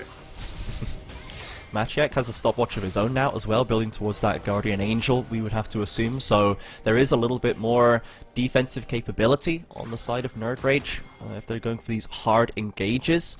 Flajian, though, usually would be the first person in, as we've seen as Spray X. A little hesitant, but now Kaz on the side, maybe Viperia looking to try and catch them on the way to the pit and get this fight won before it even really starts. So, Viperio here, because they took earlier resets, are allowed to get control of the position. They don't find the engage because the only thing they have to engage is a Thresh Hook and a Lilia E, which fairly easy to dodge. And then Nerd Rage go, okay, cool, we'll just walk in here now for free, and we have full position on the Drake again. Yeah, looks like Viperio at least are not going to take this one lying down. All 10 members in this river as the Dragon has been started. Watch the engagers, watch Flajian in for stepping up quickly. In comes the Magnet Storm, Magic over the side, but the Encore and the Petrifying Gaze and the Cataclysm. It's absolutely devastating for Viperio in the river. All of the Wombo tools laying on top of each other and Maciek chasing the remaining members out of the river. That was nice. That was just really, like, satisfying to watch. Like, if I could get a replay of that, that would be wonderful. Like, that is just so clean. Like, the Flajian Flash Ultimate W into basically everything following up, which sets it up perfectly for everything they wanted. And they are able to take Mountain Soul here, just look for mid-prio, and then they'll all move over to the Baron here, and then likely look for a reset. And then I think that is really starting to close the door on Viperio for this game. Yeah, they waited long enough and they finally were able to draw them into a team fight, which they played out beautifully. Maciek once again on zoning duty and the Baron's gonna be taken, no questions asked. Nerd Rage, this is such a huge game for them up against Viperio. They were taking down Demise Academy 2 days ago, and now Nerd Rage, on the cusp of even making playoffs, is about to lock that one in, looking so strong today. Now, we start to see them come out. They should just play on 2 lanes here. It would just be easier to do. Cassio still needs to take a reset, but she can TP to keep the pressure on. Viperio here, looking to see if anybody's going to take any lazy routes going through their jungle. Looking for the picks before Nerd Rage gets set up. Because they don't have engage. They just can't pull the trigger. Like, they get into these great positions, but they cannot pull that trigger unless somebody from Nerd Rage messes up. And they haven't. But they could look for a potential flank here. They are a little spooked about it by the look of it. Nerd Rage going to get that wave forward towards the tower. Maciek guarding that one as always. Info comes out for us. The Rupture doesn't hit it, and now let's see if Nerd Rage can get this tempo up a little bit higher. They've got the Baron, they've got the Mountain Soul. Before, you were criticizing them a little for being a bit too tentative, a little too slow, but everything is in their favor now. They should be able to just start forcing stuff. Ooh, Encore comes through, lands on 4, and there's the combo again! This time under the tower, Zyke firing out those fangs, and Maciek holding the front line down like a beast. Magikarp following up to support, get him out of trouble, but that's another win for Nerd Rage, and as we wanted, this is, now they feel confident enough to make these plays. They're going to crack the base right here. We could have had that about 10 minutes ago. Yeah. But I'm not going to complain. They finally decided to go and say, we're going to get this now. We've got the Baron, we're strong enough. And as soon as they realized, actually, you know what, we're kind of strong, guys. Maybe we should engage. And they're like, yep, perfect, let's go. And they annihilate everything in their path. Inhib taken, jungle camps taken, top lane turret taken, reset, come back out on map, look for bot lane, game over. And that, if we're playing chess, that's how it should happen. Viperio in that time are going to look to do probably the same thing. Upset recalls if possible, look for a pick wherever necessary, and hopefully not overextend, but Yeah, we have seen so much power out of Magikarp Seraphine, particularly in these fights. The Encores have been massive, Rel has been massive, and if Nerd Rage are allowed to get these insane power picks on the bot side, then all power to them. Maybe Viperio needs to, I guess, put a little bit more respect on the bans, getting them away. Now, ultimately, I think this is stemming where Viperio were getting into good positions. They understand that fundamental and concept very well, but they just didn't have a trigger to pull. They don't have anything to say when Nerd Rage were actually messing up and walking into the area to retake. They didn't have anything to pull that trigger and just say, you made a mistake. Which, I mean, we don't pull fingers here or like look for anyone to blame. Maybe the draft is something where you go back to that drawing board and say, yeah, this one game it wasn't up to par. Let's get that fixed for the next time. And then you go from there. You take things like that from your losses. Oh dear, Maciek might have just put himself in a bad spot here. 3 members around him, Lilting Lullaby stops the damage, but man, this World Ender, look at the healing! This guy just isn't taking damage. He'll finally be pushed into the resurrection after a silence. Pushing in top lane. Killikin's down. Got to fall now. Killikin has fallen. You're absolutely right. The tower is now in jeopardy. They're gonna get the kill on Aatrox, but it's at the cost of their mid laner, at the cost of their inhib. They just can't stop holding these L's. And as I said, Viperio, no engage, so you need to find a pick. You need to find somebody before that walks in lazily, or you create a flank from something. It's the only way you're going to be able to get around the fact you don't have an engage composition. So, Nerd Rage, look at that and say, okay, Aatrox, create pressure. Play aggressively. If you do, we will go straight for the inhib, which they do. They take Killikin, and it's a 1-for-1 trade, and strategically, it's better for Nerd Rage, which is what they got out of this handshake. Yeah, and at the end of the day, like, once again, it's a shutdown, yes, onto Maciek, but it's gone on to, or Cho'Gath or Johnny Rico, not quite sure who it was, but mid lane, Killikin, 0-6, bot lane, 0-2, it's that the carries can't carry, they ain't got any money. And I'm really looking at this now and saying Nerd Rage should be taking their resets, playing with the super minion waves, and just pushing them into their base and sieging. They know Viperio don't have any engage. You could quite literally just walk into their base with all the super minions. You don't even need Elder Drake. That's the only way Viperio could come back into this game, is if they manage to steal that Elder Drake. And you just play away from it. You don't give them that condition. So we see here. Nerd Rage looking like they're going to try and go for the tier 2 and play from that, but Cassio's taking a bad reset here. Some of these reset timers, they're off, and Magikarp... Maciek, that's the drowsy, that's the shutdown, and finally Kaz gets a little injection of gold right here, and that's the 2-1-14 Seraphine falling down. And I mean, Kaz, he's got great CS numbers as well, he's just completed his 4th item.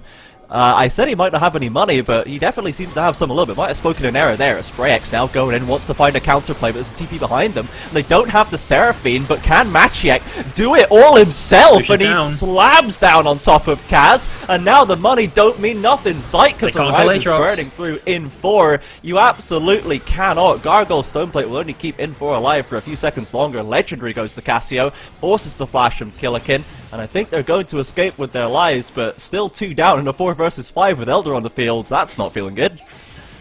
Despite being given the freest pick on Seraphine just because Nerd Rage refused to tempo reset together, and it still doesn't change the fact that they can't punish this Cassio and Aatrox that are just fed beyond belief. But Johnny Rico here looking for the steal as Fresh goes down.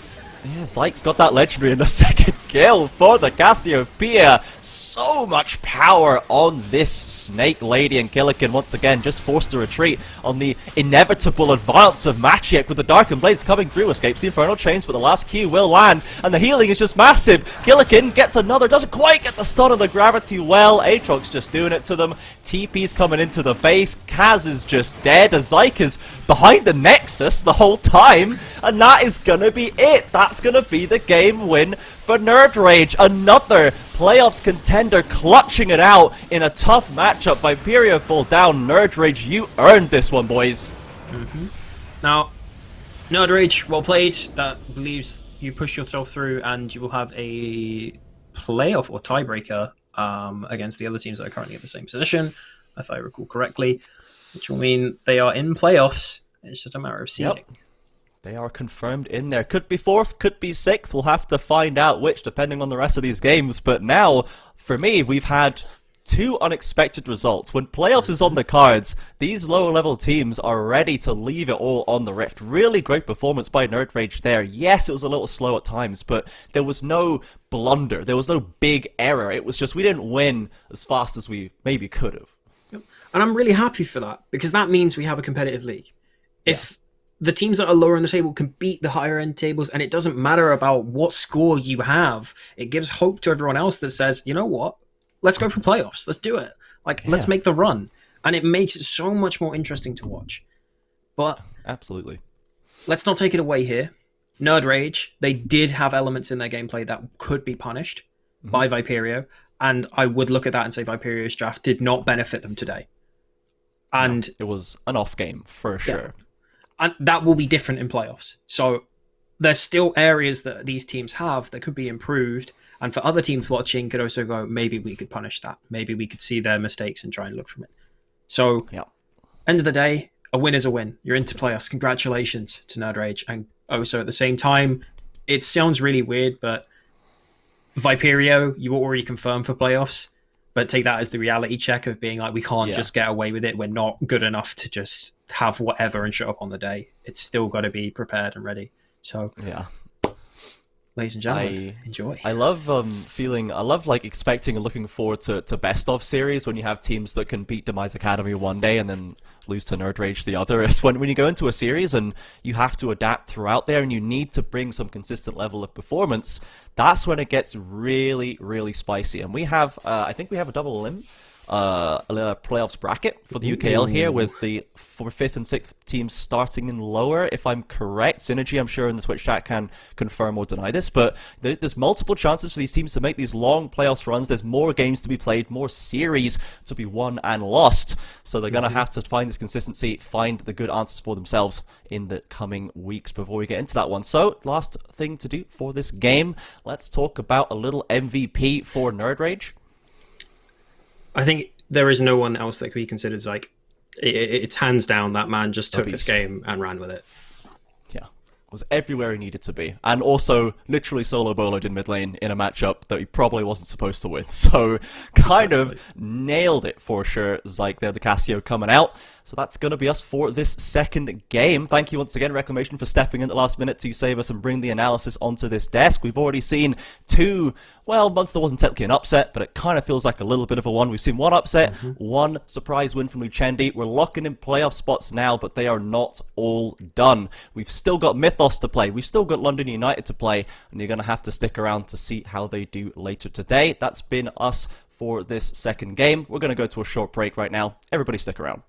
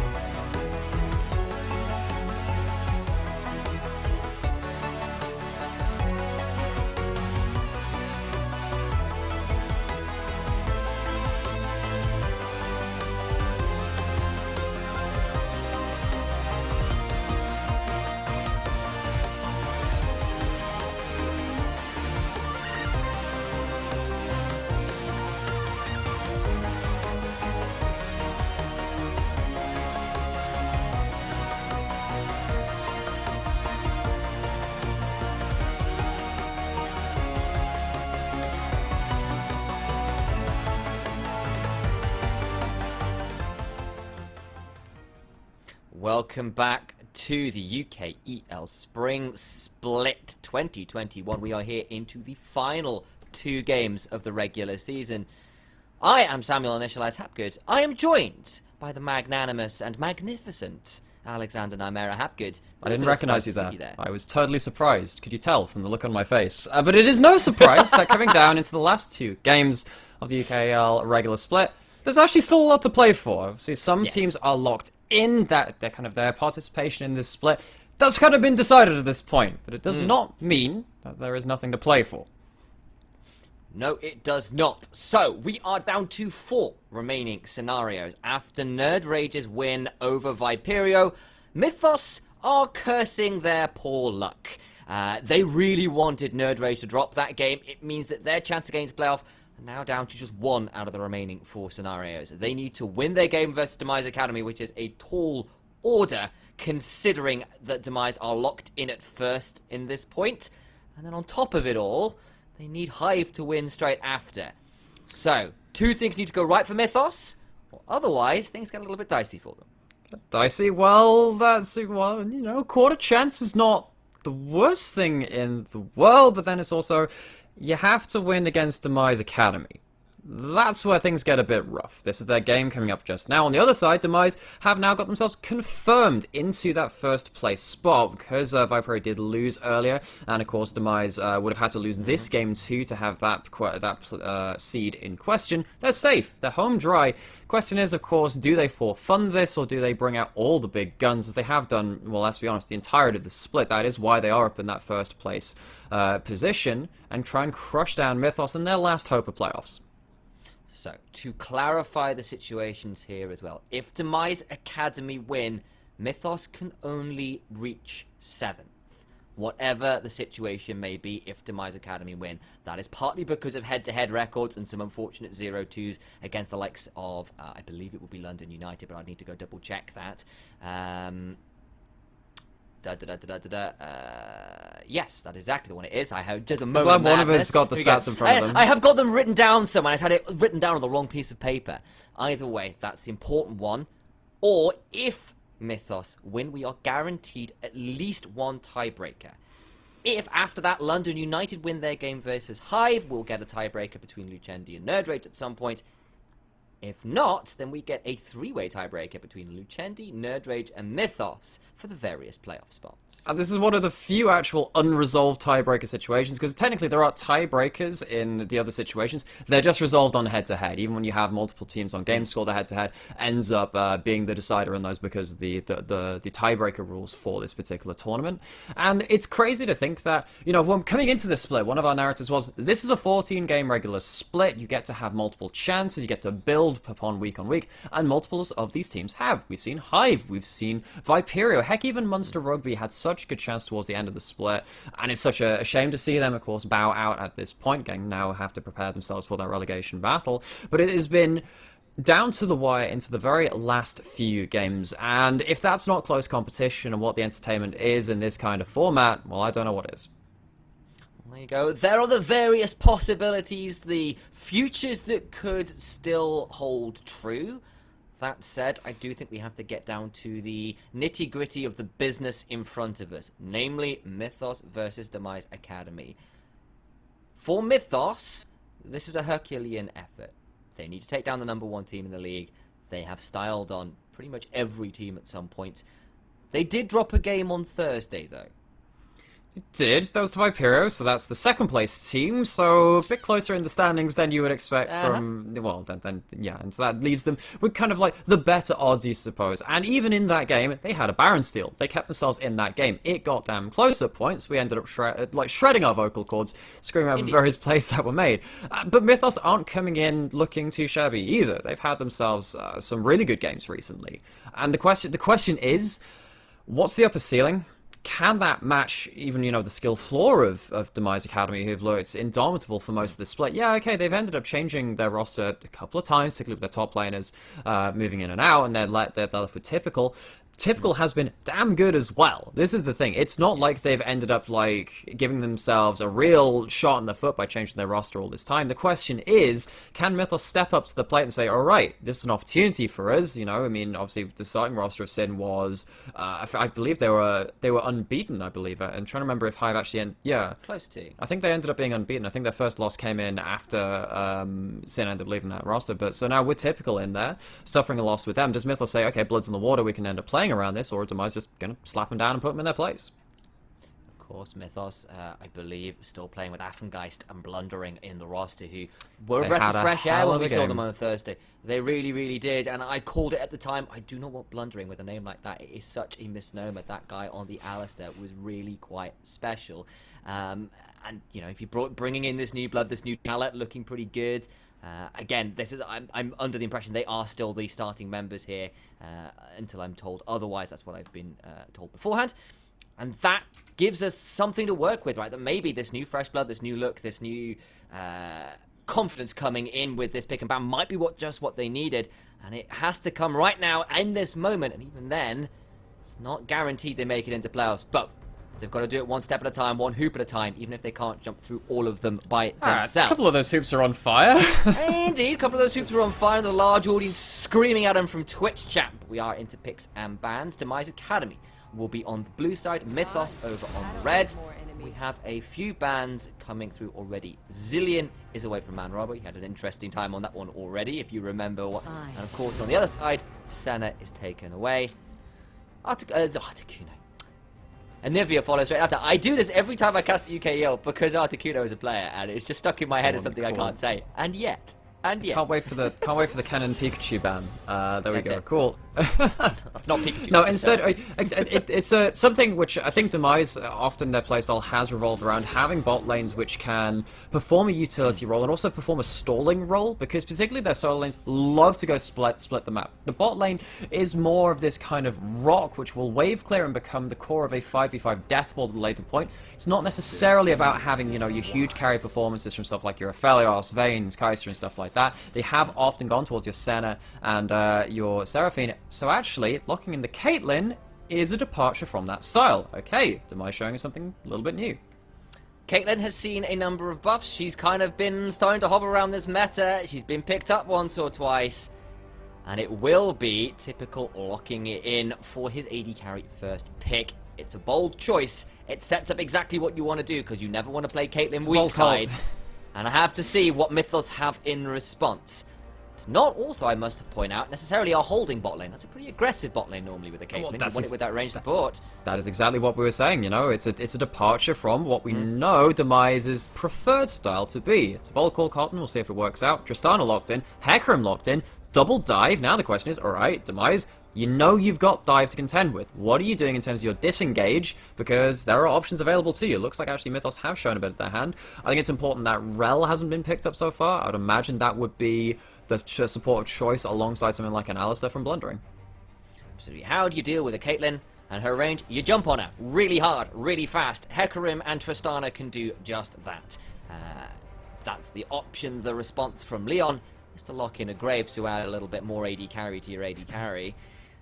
Now we've got one final pick in this first phase for Demise to work out. Could well be the support to stop that pool getting choked. Or it could be the Gragas, which of course is still flexible.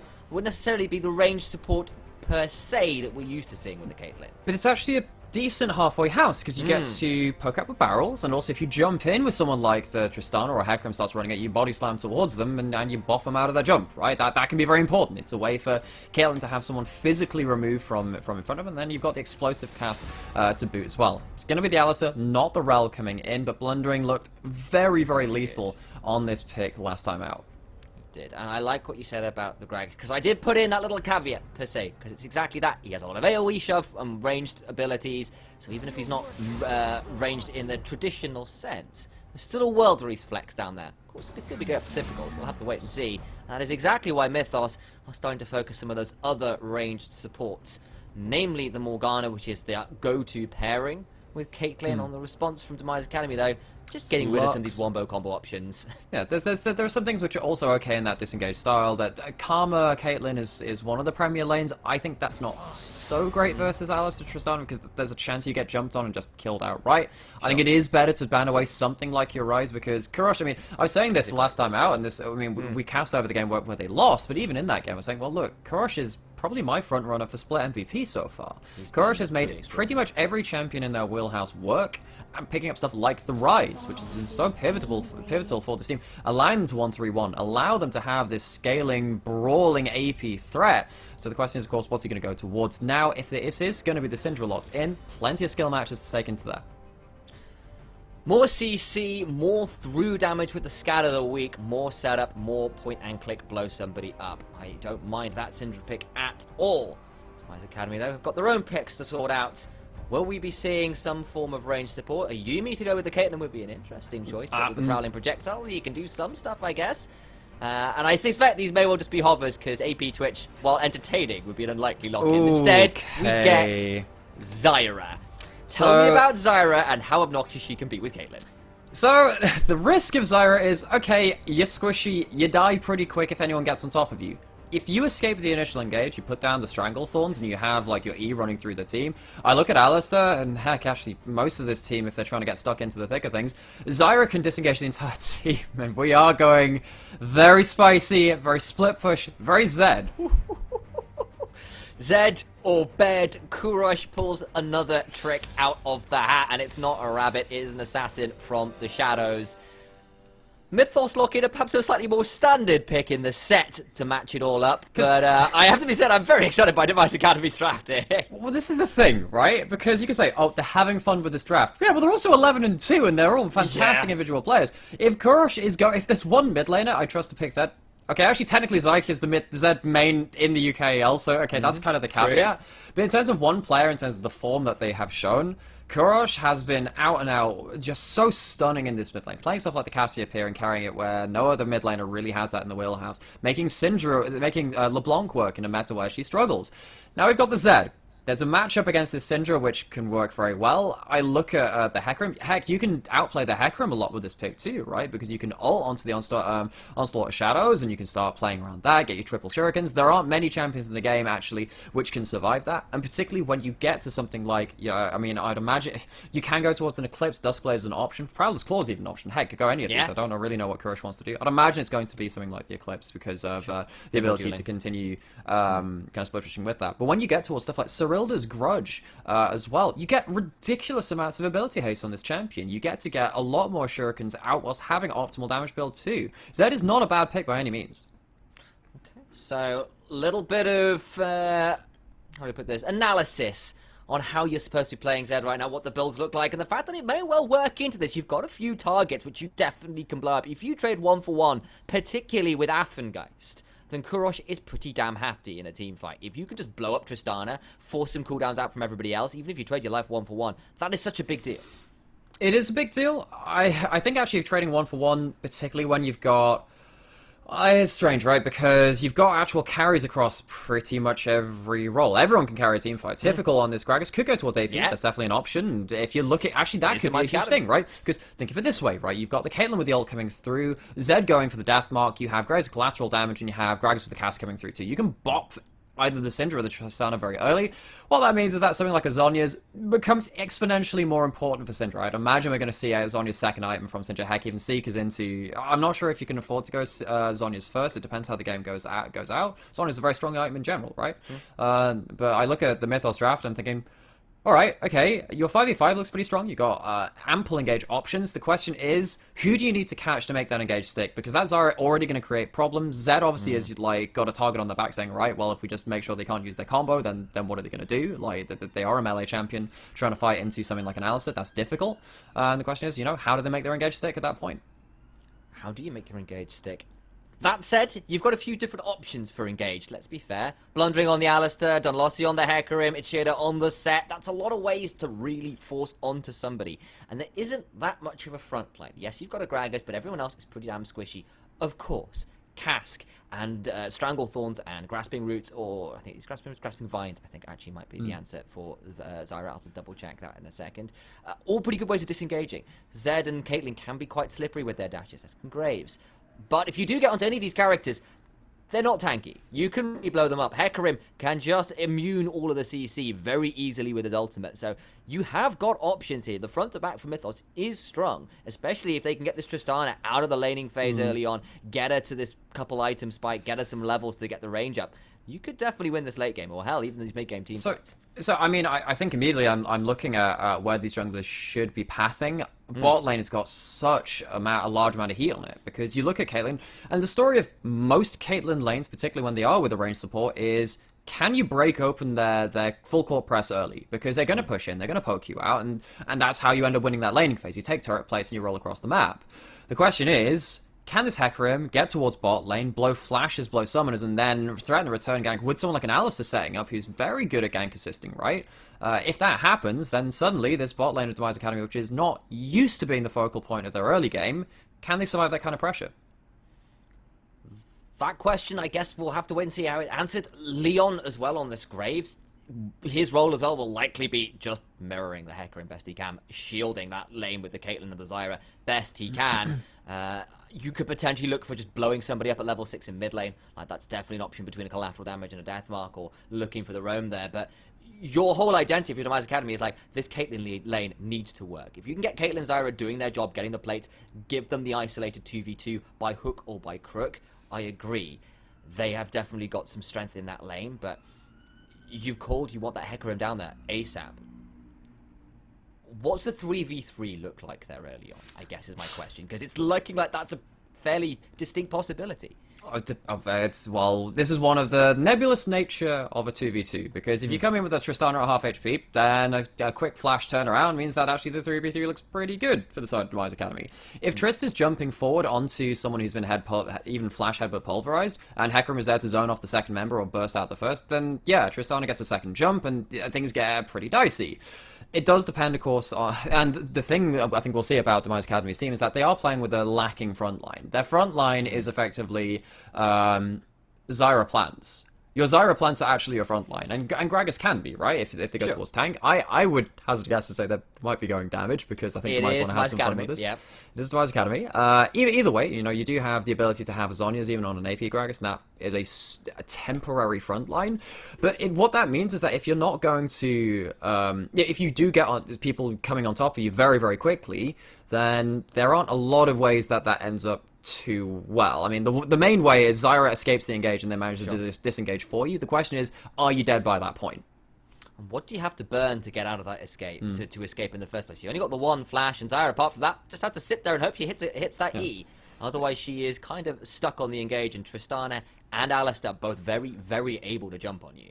I mean, on the other side, actually, Zyra does pretty well versus Syndra, right? Because you can start getting a couple of plants, get poke onto the Syndra. Syndra doesn't have a way to get past the Zyra ultimate that effectively, so you can take them out of the fight for a number of seconds, and maybe that's enough time for Demise Academy to get someone burst down. Start then taking an even numbers fight, or a number, take the numbers advantage rather. Wait for the next cooldown of your quick draw of your Living Shadow from the Zed, give yourself more gap closes. But the question is, then, it comes down to vision for flanks, choke points around objectives, and cooldowns you have available to you. This is a very versatile game. This isn't just a X comp wins at this point. It's all about the approach. Okay, so keep our eyes on that. I'm still pretty excited to see whether, this Zyra Caitlyn kill combo can work out as well, right? Because obviously the idea with, say, a Morgana is you bind someone, you throw the trap under, you just get loads of headshots and blow people up. I mean, Zyra can do the exact same thing, and I feel she's like, Morgana has a bit more utility to her, right? Whereas Zyra's all about, like, I must throw out as many plants and damage as I can. Well, they're not too dissimilar in some ways, right? Sure, so this whole team route from Little Pants, and Little Pants has been such a great, he's been probably the best support player this whole split as well, right? I mean, this is what you have when you have a first place team. Like, you look at Courage, look at Little Pants, look at a couple of other members on Demise Academy, and you're considering them for best in role, or even best in split, right? Yeah, absolutely. And the Zyra having that ability to be that extra damage threat in a way that Alistar really wishes they could be, but can't be, it means that actually Zyra has some agency in these teamfights, particularly against the Syndra, particularly against the Tristana. Okay, so we'll keep our eyes on that and how Little Plants plays this down. It's a bold call, but we've got a couple bold calls between a Zed and a Zyra locked in, as we've said already.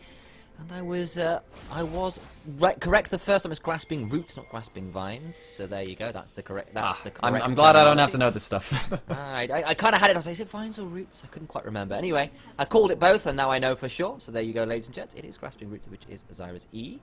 We'll see, of course, how it plays out. We expect early shove. We expect early ganks. How it actually works out in practice is a different matter. Interestingly, Graves is starting blue. Hecarim is pathing away from bot. Okay. I mean, Hecarim's real gank potential comes in from post 6, obviously. I wonder if this is done lastly to saying, alright, okay, if we go for something early bot lane, actually the risk of counter gank is too high. But that plays into what Caitlyn Zyra wants. Maybe this is now just down to the 2v2 of the Alistar Tristana, who played so well in their last game, for sure. Maybe it's down to them to just say, alright, we're just going to try out-trade them. We're going to get that level 2 jump in and get the kill combo. I'm putting this out there. It's Exhaust Ignite for both of these bot laners. They are really ready for a 2v2. That's what you gotta have. That's what you have to go around though, because this game, around 2v2 is about poke versus all in, and it's not like you don't have a great amount of burst combo from those trap combos, like you were saying.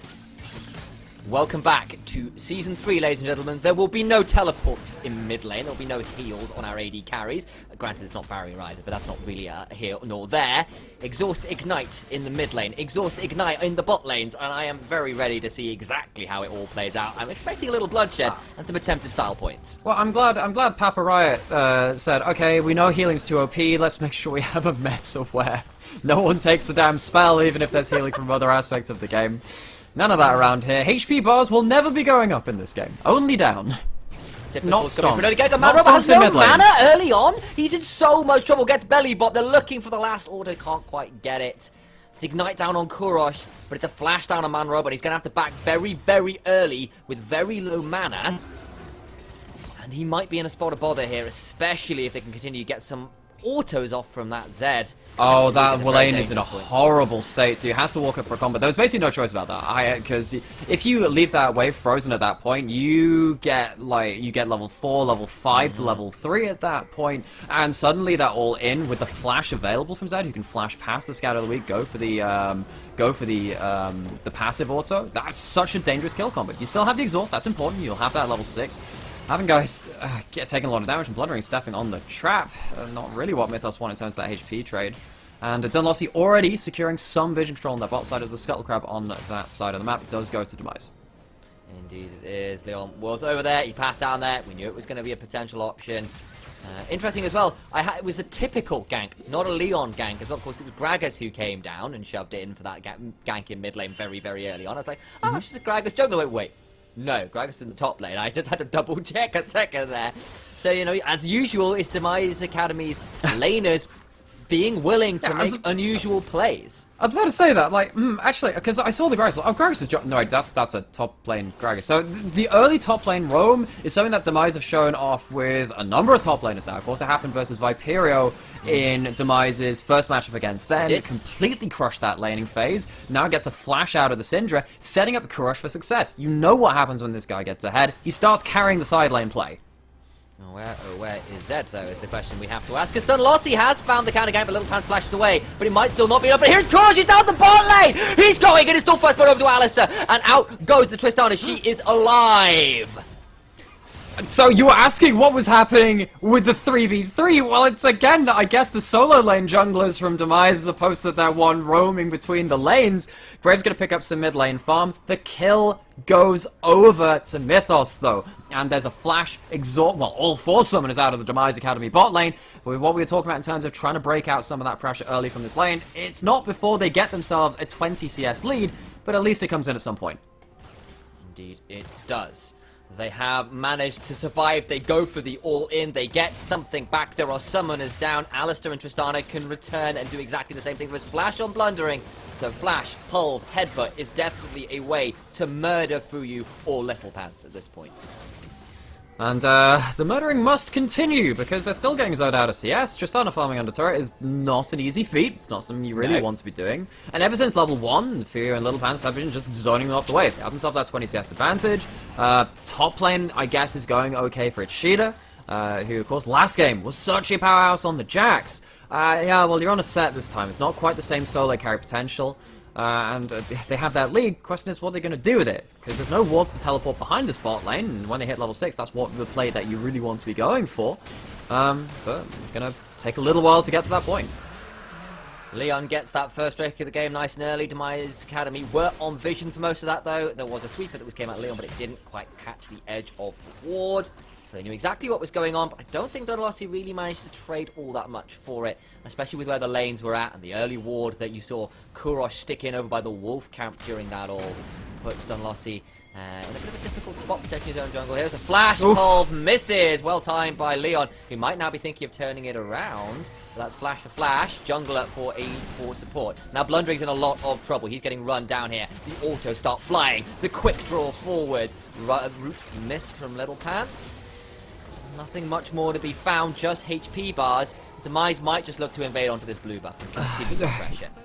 This is the antithesis. Well, this is kind of the problem, the duality of the Caitlyn lane, right? Because you can gank it, yes, but often you have the priority, and if you start playing around your bot lane, things get very difficult. Level 6 hit from Dolossi is going in. He's going in, but there is no teleport, but there's a flash in from Affengeist. Man Rumble gets Leon, and the Tristana gets Little Pants, but look who's teleported in. It is the Zed, the Gragas. They're here, they're ready to play, and it's a double over to the Zed. He ain't going to bed quite yet. He's looking for some more on it, but his Shida comes down, and maybe eat my words, as that little assassin is put into the dirt by the man and the pit boss himself. And the extended fight is all Mythos all day. That is a full, I believe, ace for just the two. Everyone dies from Demise. It's not technically an ace because the respawns come in. It's only 7.5 minutes in from that fight. Who walks away with the advantage from that? Well, Dolossi's going for the tank Hecarim. I mean, actually coming into that fight with the Barmy Cinder allowed him to survive just that bit longer. Okay, so not going towards necessarily the Triforce. Maybe he just says, I'm not going to be an assassination option for Kurosh. Affengeist is, though. The Exhaustus Pop still dies, but Kurosh has to follow up for an extra flash auto. Does get the kill, but then puts themselves in a sticky situation. Syndra punishes the overengage, and now Leon being punished just a tad for going for an overinvade, maybe.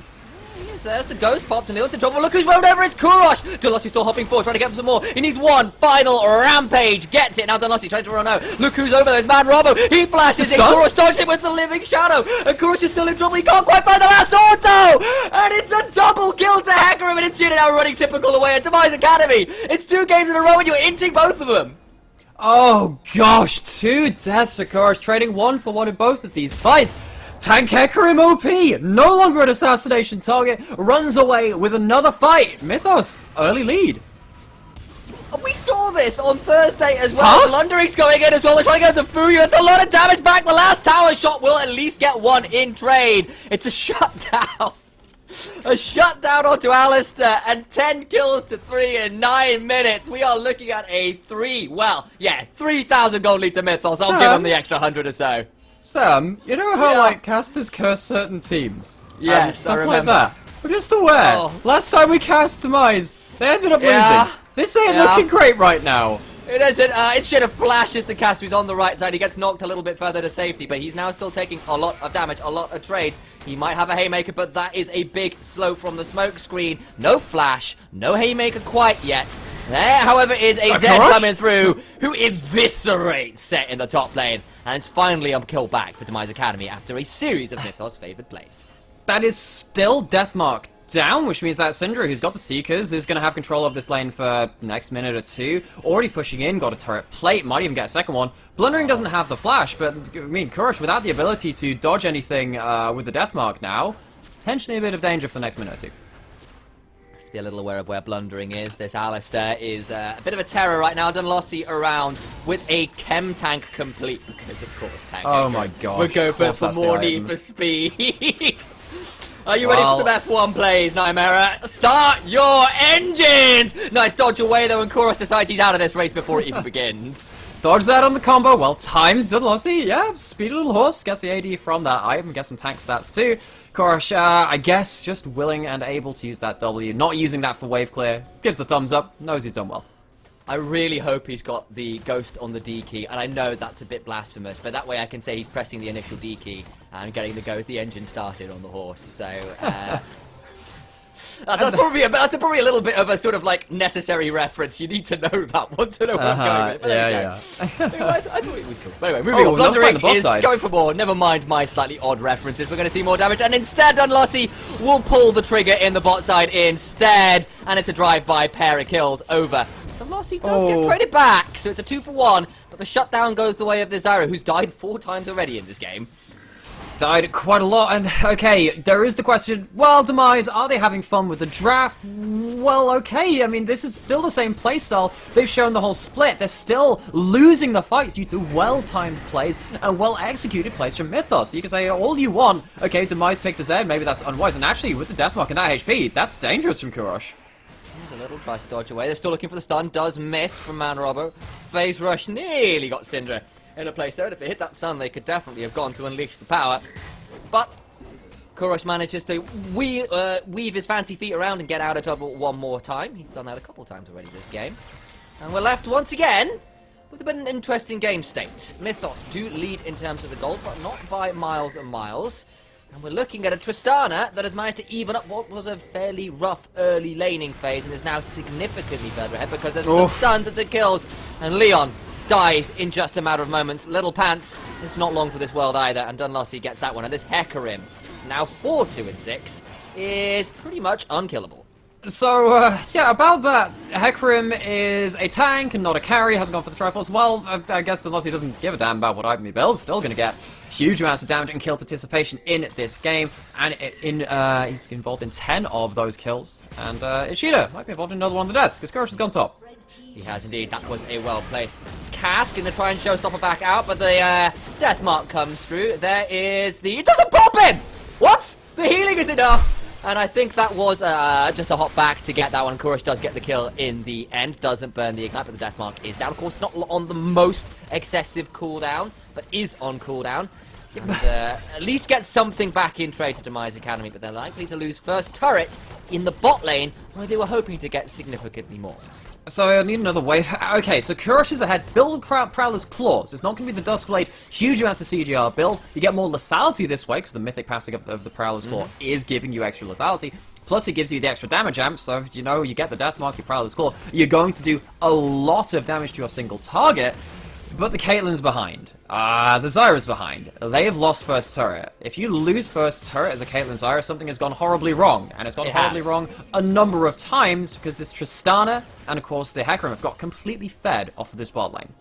We kind of set it up. If it is an isolated 2v2, Caitlyn is very happy. Unless you get all in by that Alistair and Tristar. And unless Dunlossie turns up and makes it very much not think you want to be there for you. And Fuyu could be very much in trouble. The Strangleforms is there, but I don't think it's going to be enough. The fear comes through from the onslaught of shadows. Everfrost picks up the kill for Man Robber. Dunlossie just too far ahead to get burst out by the Ignite combo from Zyra. It's another kill into the Caitlyn 1 and 4. Ishida getting a little bit manhandled in topside. Big combo into Leon who has to flash away. Does flash away. The power was unleashed, and Leon did not like that one bit. Has to get out. He is out of the mid lane as well. That is AD carry and jungler off the map, even if only one of them is dead for now. Actually, I take that back. Leon decides he's healthy enough to go and heal up through his jungle instead. Kurosh, though, kind of behind enemy lines here, and is looking for a recall. Probably likely get out. Or is he? I think he's looking for an individual play onto the Syndra, but I don't know if he sees blundering there. He's going to blast plant over. Oh, this is dangerous. Oh, no. Now he's in trouble. There's a stun. There's the Everfrost. Oh, the Everfrost. There comes the W. It's not quite enough. The death mark comes through. He's trying to get out, but the Ignite does get blundering the kill. Oh, Everfrost, what a nightmare. Allows the CC chaining to come through. Ishida taking a lot worse of trade on the top side. This is a straight 1v1. Typical going for that tank build. Yeah, just kind of manhandling the chem tank set. And maybe Zed wished he was a little more speedy, but can't go for that item, unfortunately. that was an unfortunate blind blast cone. I know he saw the Syndra, but he blast cones in looking for a 1v1 and instead finds a 2v1 and an Alistair who's ready and willing to show him the horns, and really regretted that one. You can't milk those. All mythics are completed across the board, apart from Typicals. Typicals gone, stopped off for that Bramble Vest, and of course the tier as well. A couple more items put across into those components. And importantly, this team of Mythos is so fast. They have 3 chem tanks. That's so important for getting onto this team, which is lacking that tank front line. Yeah, there's Everfrost, yeah. There's an Everfrost on Seaman Robo, sure. And that allows you to follow up on that gauge even more, right? You can have Scatterweak into the Everfrost. We saw that onto the Zed. Yeah, imagine if that's onto Leon as well. Heck, even if Typical is trying to be that Gragas. Gragas doesn't want to be stood in the front line for absolutely forever. They want to be using their mobility, casting their spells, and making sure they can regen and dodge as much damage as they can. With this kind of team, I wonder if that's possible. We kind of called it. We said, look, there isn't all that much frontline for Demise Academy, and there's a lot of very fast members on Mythos. It is okay. Oh, Syndra dies? That's a straight Syndra 1v1! In a 1v1 to the AD carry. Fuya, you were supposed to be... You were 1 and 4. How did you How does that happen? What? He's got a Seekers! He had an exhaust! How does that happen? What? A trap? Maybe? Trap under tower? It has to be.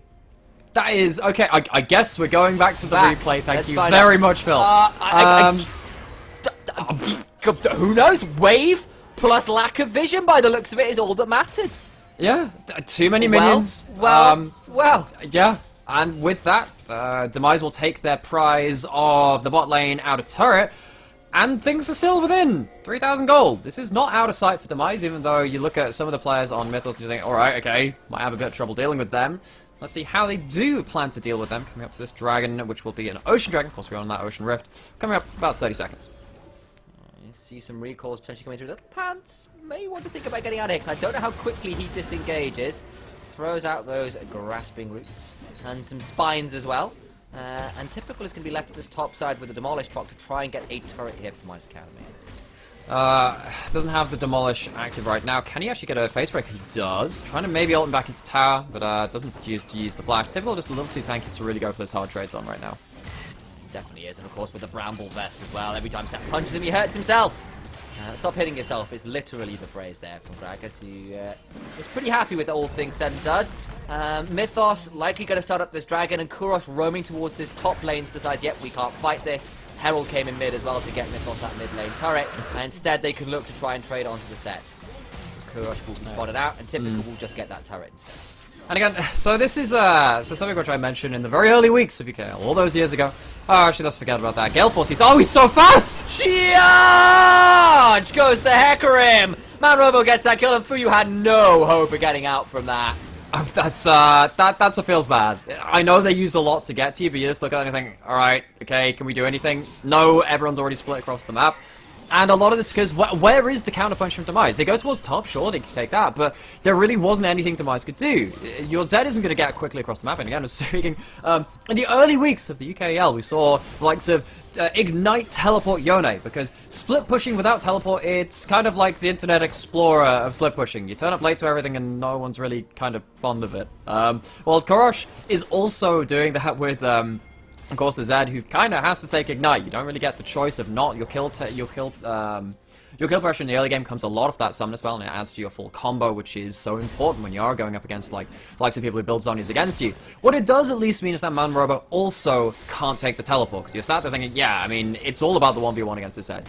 You don't really get to play a non-interactive laning phase, and it hasn't been so far. Kurosh has got himself pretty far ahead into this game. 4 kills, done well on that front. Now has a Last Whisper 2 alongside the Prowler's Claw. He is ready to try and take down someone like Affengeist or Man Robo. The question is, will they ever be left alone? And honestly, I don't think they will.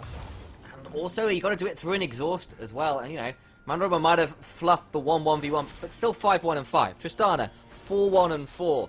Are you far enough ahead to get the 100-0 by yourself at this point through the exhaust? I think it'll be closer than Kurosh would like it to be. Yeah, and it's only like there's only 1 level difference between the two as well. I mean, if there's like 2 or 3 levels, sure, but actually Kurosh has not necessarily been farming so much in the sidelines as opposed to turning up to Typical's lane and then punishing Sheeta when they're out of position. Sure. It's not really been picking up a massive amount of farm. Yeah, picked up a Krug camp last time he was up there. Didn't really lead to that much. Now Baron is available, 20... and actually, Mythos going straight for it, saying, alright, okay, force the 5v5. Let's see what you got, Demise. Alright, time to see what Demise Academy have to offer. Little Pants just gets destroyed. The plant is uprooted by the power unleashed. And now it is a 5 versus 4. And Caitlyn was on the wrong side of the map. We're down to 3,000 HP, and Dunlossie might look for the turn. There's the cask to try and get some more damage. Zed pulls the Deathmark, in goes typical. They've got Affengeist. That's a shutdown onto Kurosh. The Onslaught of Shadows misses, and Intruder might fall down to the collateral damage. Kurosh will fall, but he's sold his life dearly. Now Dunlossie has run out of damage. Yes, he's a tank, but he doesn't have that much damage. A devastating charge makes me eat my words, and Leon goes down thinking he was safe. One last Dark Sphere made typical sweat a little, and I believe that is a 2 for 2 overall. Overall. I don't think this is done. Blundering's looking to chase down Fuyu. Just use the E. He's got flash. He's used the 90 caliber net. He'll get him nowhere. But Little Bats flashes in. He's going to die as well. Surely the Stranglethorns was nearly on time. Shut down onto Hecarim is a big deal for Little Pants. The Everfrost lands down and roots Zyra. And Manrobo is on a rampage once more. Okay, but the Leandris kills Blundering. Tanks up 2 and he plans shots. Demise get themselves a 3 for 3? 4 for 3? I got a lot of Zyra, kills. Little Pants respawned, gets 2 kills back. I'm at a slight loss. So I think it's 5 kills for Demise. Demise died. Lots. Okay, either way, lots of people died. We'll have to think about that another time. And we're left with a bloodbath, I think is the way to phrase it. 2 deaths for Zyra, a death for Fuyu, a death for Kurosh, a death for Leon. It's a 5 for 4 for production. Okay, cool. With 2 of those deaths being Zyra's. 2 of them being Cyrus. Cyrilla's Grudge, now completed by Zed. Got that percent armor penetration, lots of ability haste, and also the slow on ability hit too. You hit someone with the shurikens, you're going to chase them down that much more easily. Affengeist was already chased down pretty easily in that last fight. Kurosh played that mechanically about as well as you can, right? You get right on top of the AD carry, flash over, follow them. And then dodges out on the Hecarim ultimate by just going back to the original Deathmark Shadow. Does a really good job of that, and manages to get a huge amount of damage on its shooter through the back of it too. The question is, where's the consistent damage coming from? Because Caitlyn, while they have managed to outplay a couple of situations, just doesn't have the gold or the items in pocket to do what they really want to be doing in these fights right now. Unfortunately not. Whereas you look at that Syndra, you look at the Hecarim, hell, you look at Tristan and you see something very different. Dunlossie. He's... What? That is Dead Man's Play plus Turbo Kev. Is this Udi's horse stance? That was not even with Ghost Press. That was without the initial D-key press. That's going to be a cast that puts Manrobo in a difficult position. Kurosh gets deleted. He's gone. I will make a few more quick shot names and I'll play bingo because I don't think you're going to get much more out of that Zed. Showstopper comes through. Little Pants is slowed down. Fuyu trying to put out the autos. That is a decent struggle for but Affengeist goes in with the rocket jump and finds another 2 dead on the side of Demise Academy, and they just cannot stand and win the 5v5. Kurosh has played most of these fights about as well as you can expect a Zed in team fights to do so. Manrobo gets the upper hand this time, though, stuns him on the entry to the fight as the cast separates him off from the team. Leon's still alive, going towards the dragon fight now, but Affengeist jumping onto the Zyra. Does jump onto the Zyra, who goes golden. Leon goes down. Fuyu trying to trade back as best they can. That's 90 caliber nets, but she is tickling right now at only 2 items. I think overall that ends up being, what, a 4 for none and a dragon for Mythos. It was still within arm's reach of Demise in terms of the gold lead before that fight. Now they're looking down, 4,000 gold lead, still not out of the game. I think she's still absolutely high on the tempo level. Yes, it is. We have got 37 kills in 24 minutes. And Dunlossie might be looking for more. I don't think Fuyu can think about saying that. Yeah, look at the speed! Dude. Just dead! Goodbye, he flashes, but I don't think it's going to get him to safety. There's no tower there. Just let it happen, man. It's going to happen. You're buying time. There's a route. Oh, Kurosh actually might make me eat my words one more time. Devastating charges there. Dunlossie gets that kill, and Kurosh falls as well. Trying to save his AD carry's life. Just let it happen. It was gonna happen. Save the summoner. What is happening? Why is Dunlossie getting 8, 3, and 12 scorelines on a tank Hecarim? Baron's gonna go down for the end of that fight. Leon does not have the ability or the angle to approach this pit this time, and Demise, they try and go for the messy skirmishy style that we know and love them for. but their draft is maybe hamstringing them a little bit, and also Mythos are playing the skirmishes just by the book. They're turning up with the numbers advantages, playing around their champion's strengths, and I really like this build out on Nolossi, actually. He's not able to be removed from these fights. You can see Fuyu, Kurosh trying to focus them down, and just having the chem tank, being able to stick to them. It's so dangerous for this Demise team. They're going to try and collapse on the Shearder here. The grasping vines come through. Roots, I apologize. I keep doing that one. Shearder does still get out with the showstopper though, and the onslaught of Shadows is there. He is on a killing spree. And Leon about to fall to the tankiest Hecarim known in the West.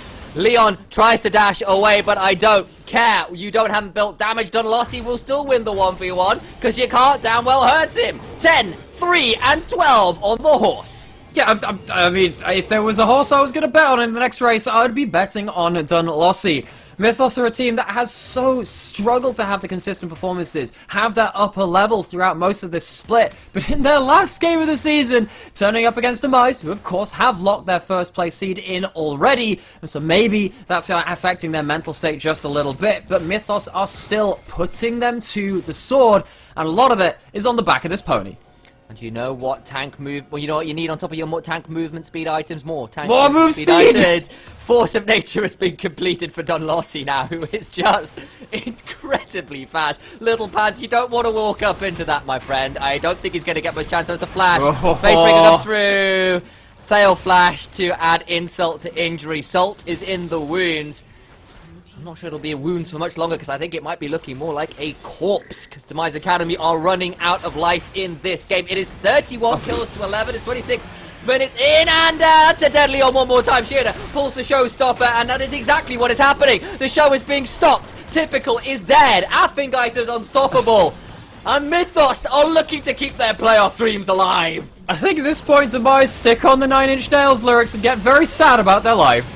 Affengeist has hurt me today, and it'll be Dunlossi who's coming in. Another one. 10 kills for the mid laner and jungler of Beast. It's a good Stranglethorns to buy space. It's a shutdown onto the Syndra. But that's a feel-good moment in a game that has been all Mythos, all day, all the time. Mythos are still in the race. Mythos, by hook or by crook, takes the win. It's off the back of that huge Hecarim performance and the bot lane snowball from that team. Demise try out something new, perhaps unwisely. They get punished for it. They now sit with their third loss, all things said and done. And we have ourselves a lot to play for and tiebreakers going into this last game. We absolutely do. So that leaves us with an interesting situation. Of course, if, and this is a big if, Hive win their next game, which is not necessarily that unlikely. They are the third place team at the moment. If they can beat London United, then we end up with a 3-way tiebreaker, ladies and gents. Either way, we are guaranteed at least one tiebreaker right now. So, with that in mind, I suppose we've got to look a little bit about this game. And before we go any further, is there an MVP you want to crown for this one? Nay. Well, yes, of course. It's Hecarim. Dunlossi comes in and just runs straight over that game. It's just like there are hoof prints all over the bloody rift. It's just gone. It's trampled. It's gone.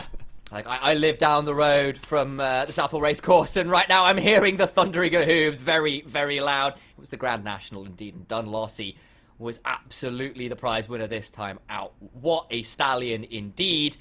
And it was Tank Hecarim.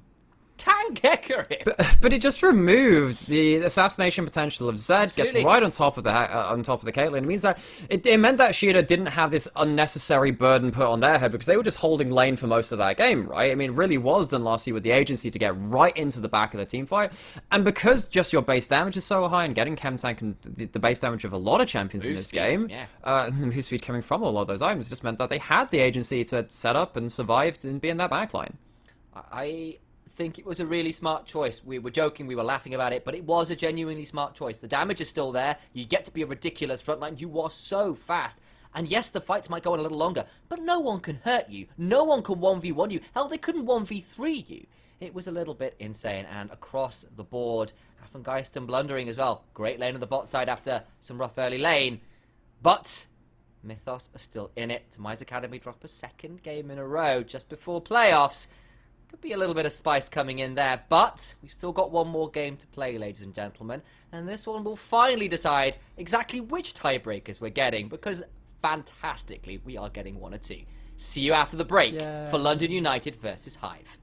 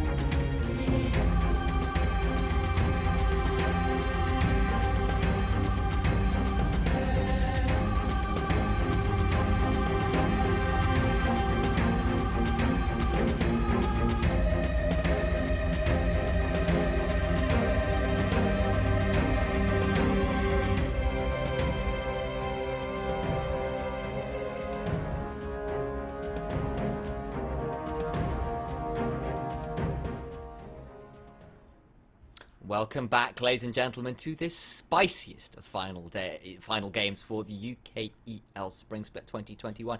And it is time, Nymera, to spill the tea. We have got ourselves 2 possible final remaining scenarios. What exactly are they, my friend?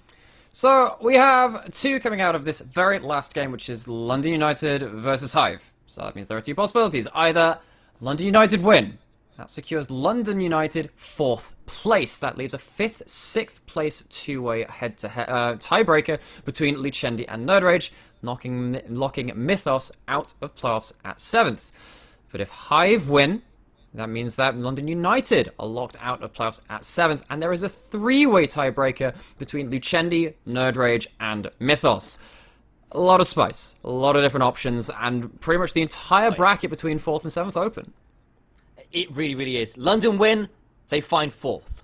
London lose, they are out of playoffs in 7th. It is that tight for these last remaining playoff spots. 4th, 5th, 6th, all on the line here, and tiebreakers either way.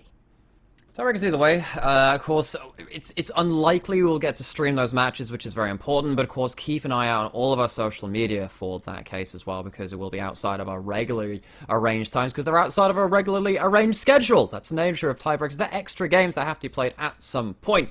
We do have this one last game to see out the regular split here, though. And I look at this and look at Hive, who are solid in 3rd place, but they've not had a great run of form in the last couple of games. Is this an opening, do you think, Sam? Quite possibly. I mean, the thing is, I feel like we've cursed teams at this point, Nymera. We came in on Thursday. Demise Academy lost a game. That shouldn't have happened. They've done it again today. But allegedly shouldn't have happened. And at this point, we have got a lot on this line. And Hive lost on Thursday as well. And also, I mean, I kind of did the anti-curse, where I wasn't casting Viperio today, and they lost. So, just saying. It's all in there. Just saying, I've been on most of the win streak games in terms of the schedule for that team. So I apologize to you out there if you're Viperio fans.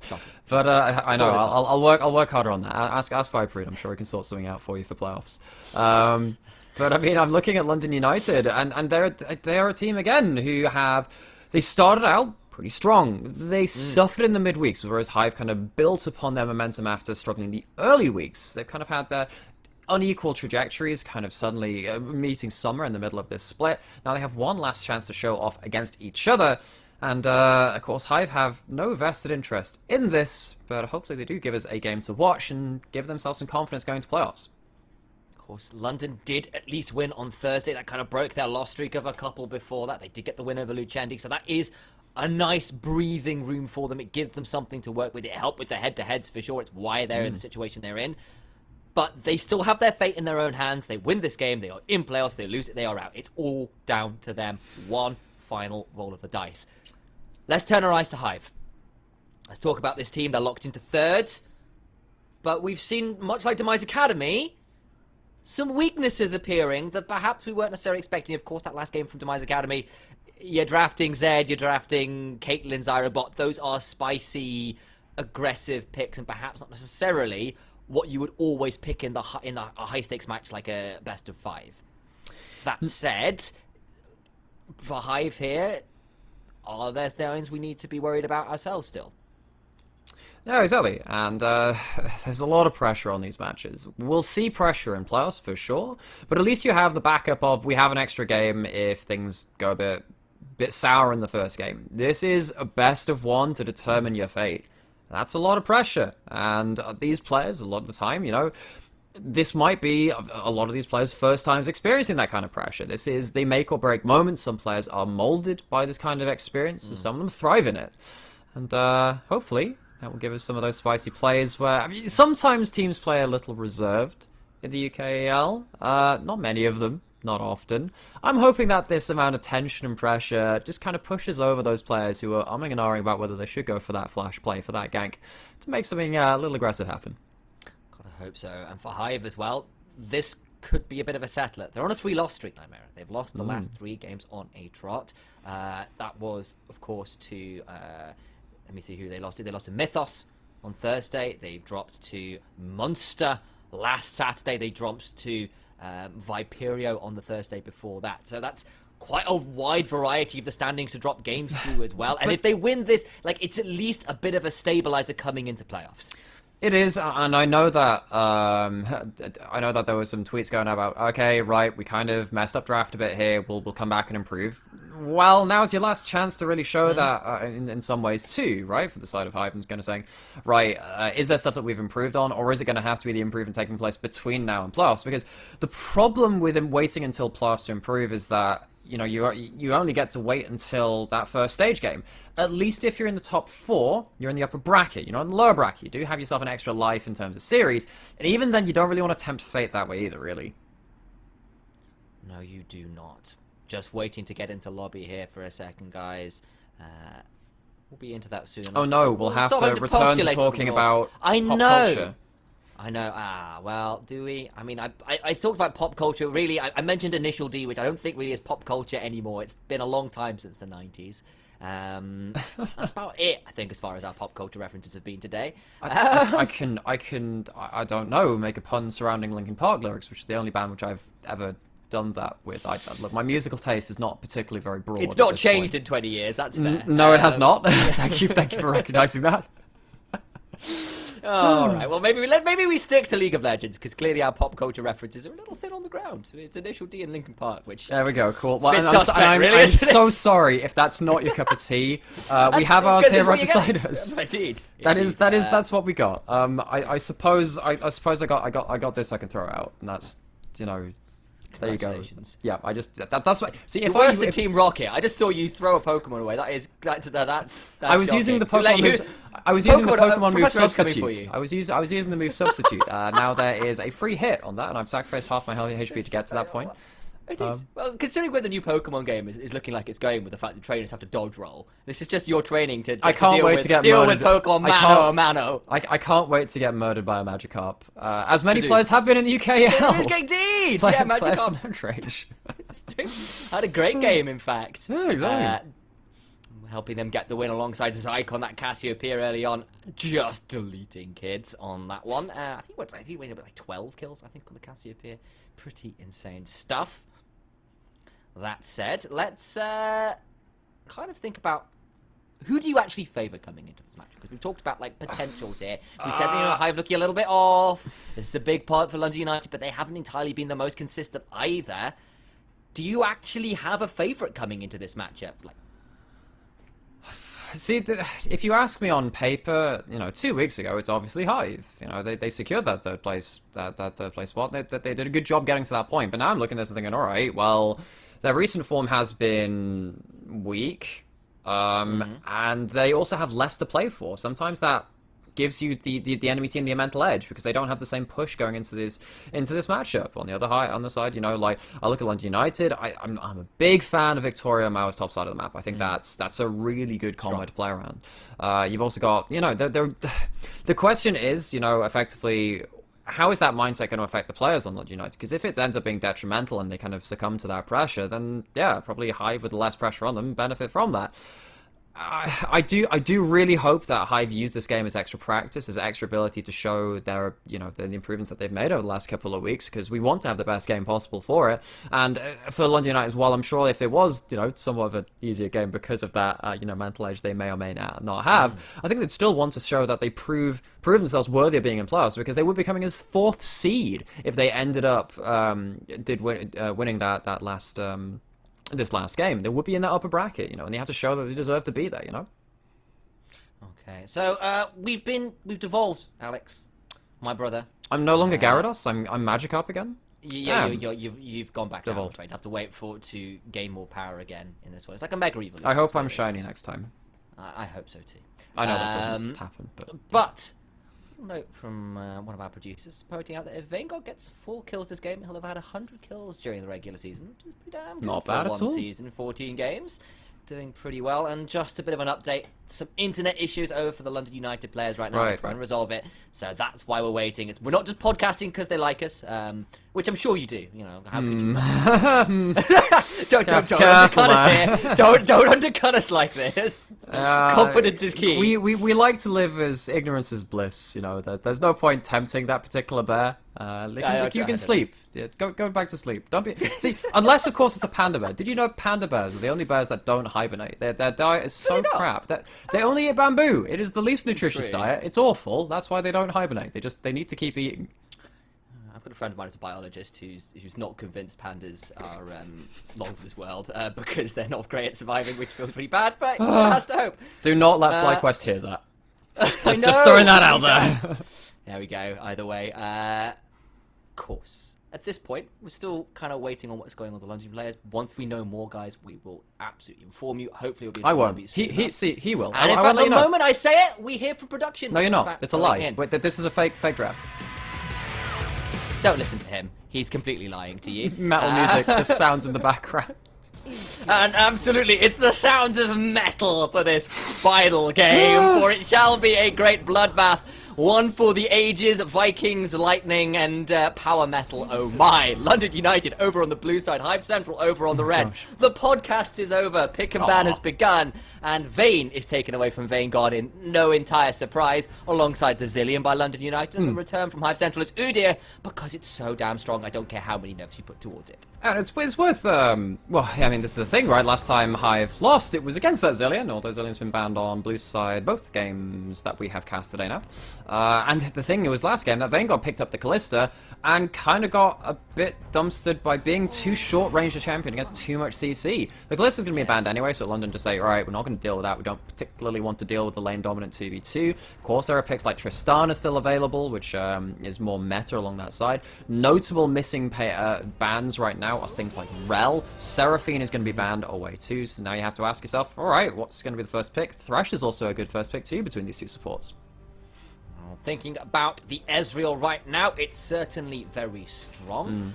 We've seen, frankly, disgusting numbers come out of this Ezreal. I mentioned it before, I'll mention it again. I recently saw a 1200 DPM game out of an Ezreal in pro play. Guy called Sol over in the LJL doing absolutely disgusting things. When you can do things like Duskblade builds or even no mythic builds, you just pump out massive abilities, massive damage.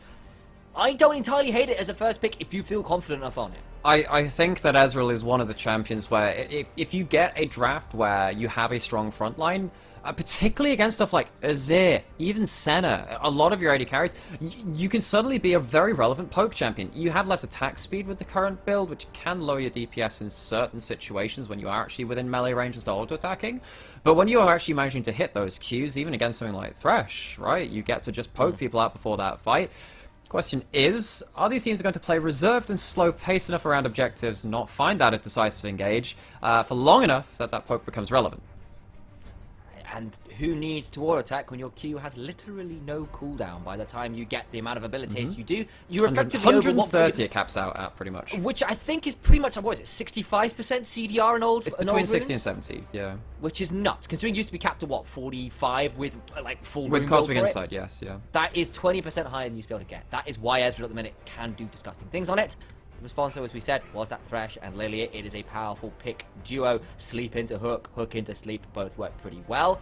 Responso was a Jarvan, which has started to see more play in recent weeks. It has, but this is an early pick Jarvan. It's with 2 of the power farming junglers off the table.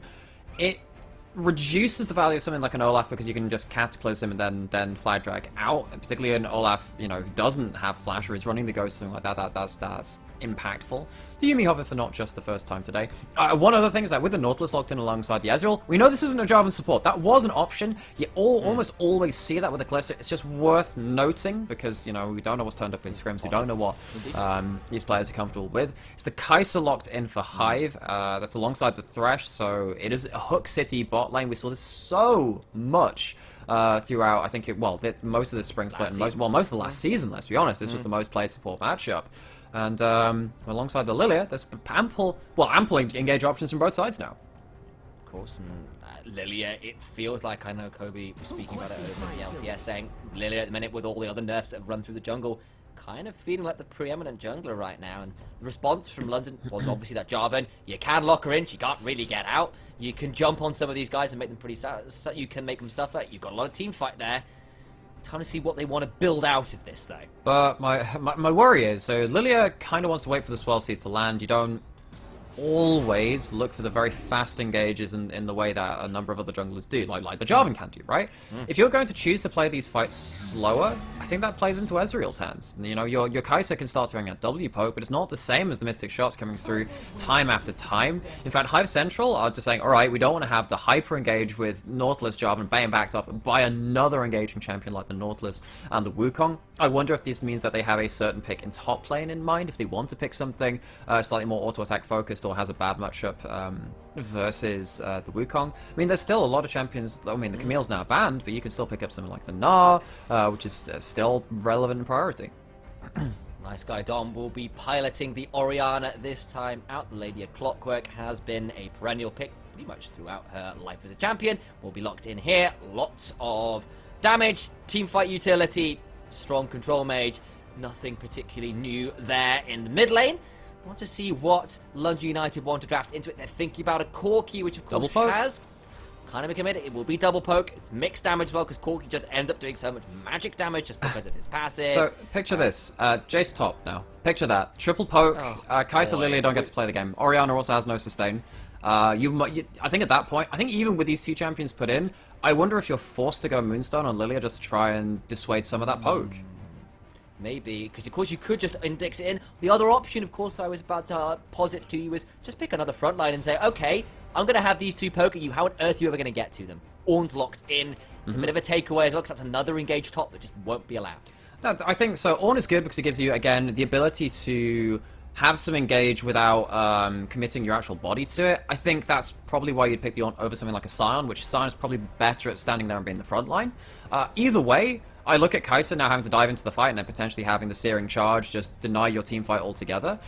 And yeah. Okay. I'm assuming that is a proxy pick by the looks of it. Just checking. I was just like, okay, the had a set. word from the I know it. It's sadly not Singed, which would have been an entertaining last pick. It is indeed set, ladies and gentlemen, which means we'll be doing a remade lobby in just a moment. We're going straight back in, and as a reminder, not Singed, it's set. No, because so the funny thing is, I was talking to a Grandmaster Singed main towards the start of this split, saying there's a really fun strat where you start like your fling early on into the game. And they said, like, yeah, you just get pushed in, but then you fling someone into the turret, and when you hit level 2 with the goop, you get three turret shots. It's really, really fun. But we're not going to see any of that kind of specific cheese. It is going to be that set. Set into Ornn. It's a fun matchup, because, of course, you get to wail on a tank. That's what set wants, but it's not like Ornn doesn't have counterplay, because you get to immune the ultimate, get unstoppable from your Bellows Breath. It means that you're not flung into the team. But on the other side of it, if you're trying to be the front line, a set flings you into the team, the damage still goes through. And Set can therefore get on top of that Cork in that Ezreal and make things a little harder to play around.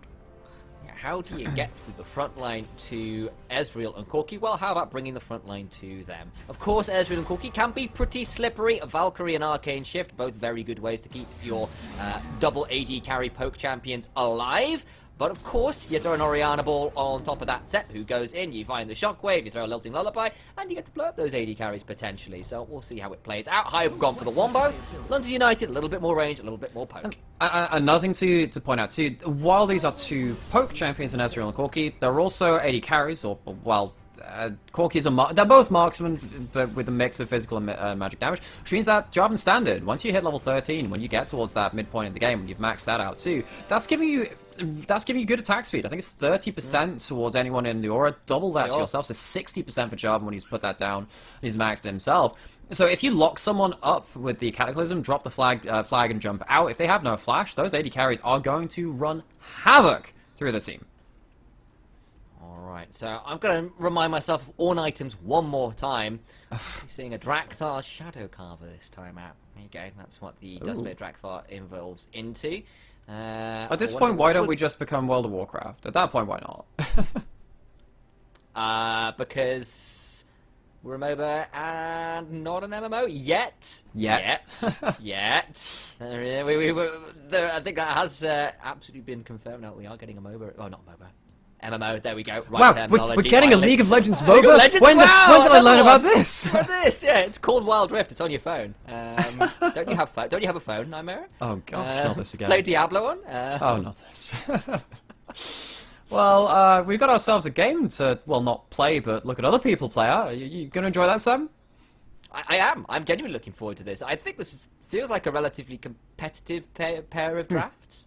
Yeah, I agree, because I wonder if there has to be a QSS tax paid or a cleanse on the Ezreal or Corki, because I look at Lilia, I look at Thresh, and I'm thinking they are cleanse-worthy abilities for Corki and Ezreal, because you want to just be stood outside of their range, not ever get engaged onto, and just keep firing up the DPS, because you have the range increment, right? Range advantage, rather, right? The one X factor is, of course, Lilia coming in with the Lilting and Lullaby, because that's their throwaway CC. On the other side, though, if you do that and you don't catch on, the Ornn ult just comes straight in and it disengages you. So I look at Hive and I'm thinking, the only way you actually sufficiently win a fight is by first off lane diff, that's always an option. If you lane diff into getting enough vision that you can flank with the set, that's how you win. But it's difficult on even footing, so difficult.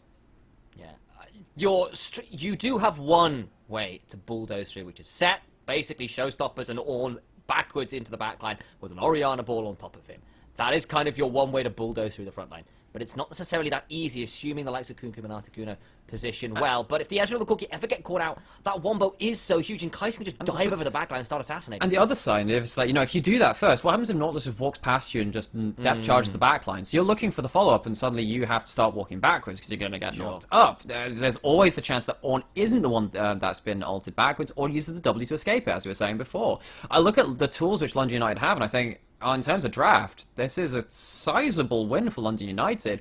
This now has to come out of a strong early game for Hive to say, yeah, we can get to the point where, I mean, as a 5-man unit, Hive's comp is really good. You get to go with the Lilia in first, going with the Lilting Lullaby. There's a chance that hooks lead to great picks and stuff like that. Orianna and Kai'Sa are some of the premier carries in this current meta. But it's really difficult to close down London's team. Just so difficult. That's the question. Hive have a great comp if they can get to the carries, which could be quite difficult with the frontline and range discrepancy in this game. Set that up. We've talked about how the team fights could go. Poke kind of versus Wombo, with the Wombo potentially having some awkward angles into this fight, unfortunately. But I guess I do want to turn our eyes a little bit to the first 5 minutes.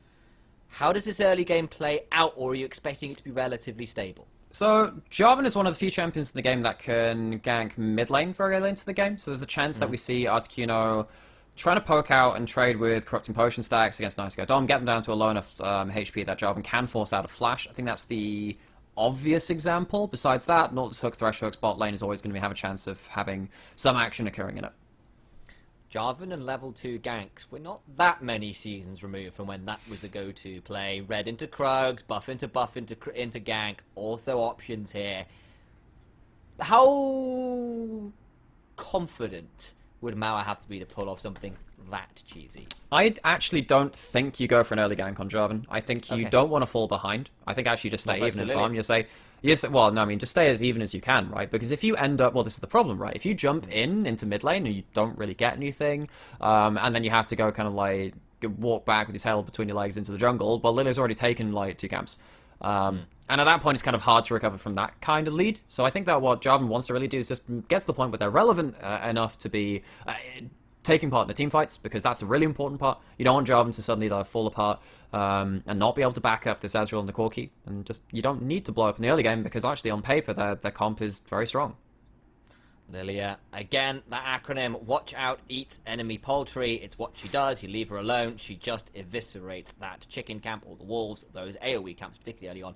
Don't really last very long versus that champion if you give her some free time because you've ganked somewhere else as a Jarvan. She can just come and just take everything and the kitchen sink. Like, you'll come into your jungle and realize you've been evicted very quickly by that Lilia. Evicts enemy players? Sure. Evict enemy players, that's pretty good. That's good, I'll take that. Other acronyms for Watch Out Eep. What does Eep actually mean? You know, this is what you learn when you listen to the Happy Brother cast. Indeed. What were we? Yeah, eviscerates enemy poultries. Evict enemy players. Eviscerates enemy players. Also a good choice. Yeah, I quite like evict enemy players. I might stick with that. I think that it actually stands up for Lilia winds up a huge straight. No, that's the description. Okay, cool, right. You know, I got confused there for a second. I'm not a clever person. Exactly. The production putting us all wrong. There is no my life is a lie. What am I going to do? Well, I don't know. I based my whole casting knowledge off of this one acronym. What do I do now? Well, what these teams are going to do broken is... as a play-by-play caster. Yeah, Sad B. Vanguard, same. Honestly, same. I know, exactly. That is a very angry Yumi. Whoa. I don't think I've seen that emote before, and I'm slightly terrified. Yeah, that's not the happiest kitten. Zerg is flashing up there. Looking down at bot lane, again, there is one way that Hive can just absolutely blow open this game, and it is by early plays in this bot lane, landing hooks and punishing the Nautilus. That being said, we do have Kum and Heathen getting into the bushes. I don't know if they can use that positioning to get much done, though. No, they can't. The wave was in the way. Mao is starting blue, so he'll be pathing towards that bot side. Lilia is also starting top. Not sure whether she was leashless, because I wasn't paying attention to the minimap. I was paying attention to emotes, because that's clearly the most important thing in the game. But, Heck yeah, that's what I do. Looking at won't lose his health. I think probably it was a leashless start for this Lilia, especially considering she's smited relatively early, so that would make some sense to me. But this is what we see between, Sets at level 1 trying to zone people off a farm. So Set in his heyday could basically zone off any top laner away from farm. It's not really happening to this one. Oh, Flay gets in place. Flay does at least buy space, but Zerg still got rid by the passive and took a lot of his HP. Of course, does have pots in inventory, but that is a nasty level 2 trade that definitely took him, and the Heathen up an advantage one in that lane. So far, of course, the Flay activated the Aftershock from Zerg, very important. Now we've got level 2 from both laners, but we are missing one pot onto Zerg, so pot advantage at least over to London United and their TV2. And this is, okay, I mean, Hive, we said that one of the ways that they could just straight up win this game is just by crushing through bot lane and making sure the Ezreal and Nautilus are not relevant. First trade kind of goes the way of London United and allows Mauer to have a platform to go reach up towards this bottom scuttle with. He will, of course, be on Vision, because there was an early ward placed by, I believe, looks like it will have been Vanguard looking at the cooldowns on the trinkets. Either way, has been spotted and won't get swept either, because where Mauer has been sweeping. So Hive still with that slight vision advantage that is actually now timed out, because, of course, it has all I speak about. Wow, either way, completely irrelevant. Either way, it has done its job. They know where this Jarvan is. Lilia is going to have that slight camp advantage as well, because she'll get onto the scuttle and just clears that little bit faster than Jarvan, frankly. And sure, okay, I mean, having Set versus a tank matchup on strong side of the map, that's relevant, that's nice. And actually he's gone for a cheat of recall, as I might lose, or Rengus. The artist formerly known as Rengus. He's gone for a cheat of recall, gets himself a longsword, gets himself a control ward 2, allows him to play towards that top side. Will pick up most of this wave at tower. Now Victoria will be backing, see if he has to teleport back to lane now. Looks like, of course, Ornn can do a lot building in lane, but he doesn't get any of those sustain options to his name, and so goes back and buys himself a refillable. and debates teleporting top, just waiting around by the looks of it for a touch more gold. And with the wave frozen away from him as it is, he kind of does have a little bit of time to burn, potentially. Mauer once again back around this bot side, but is warded out one more time.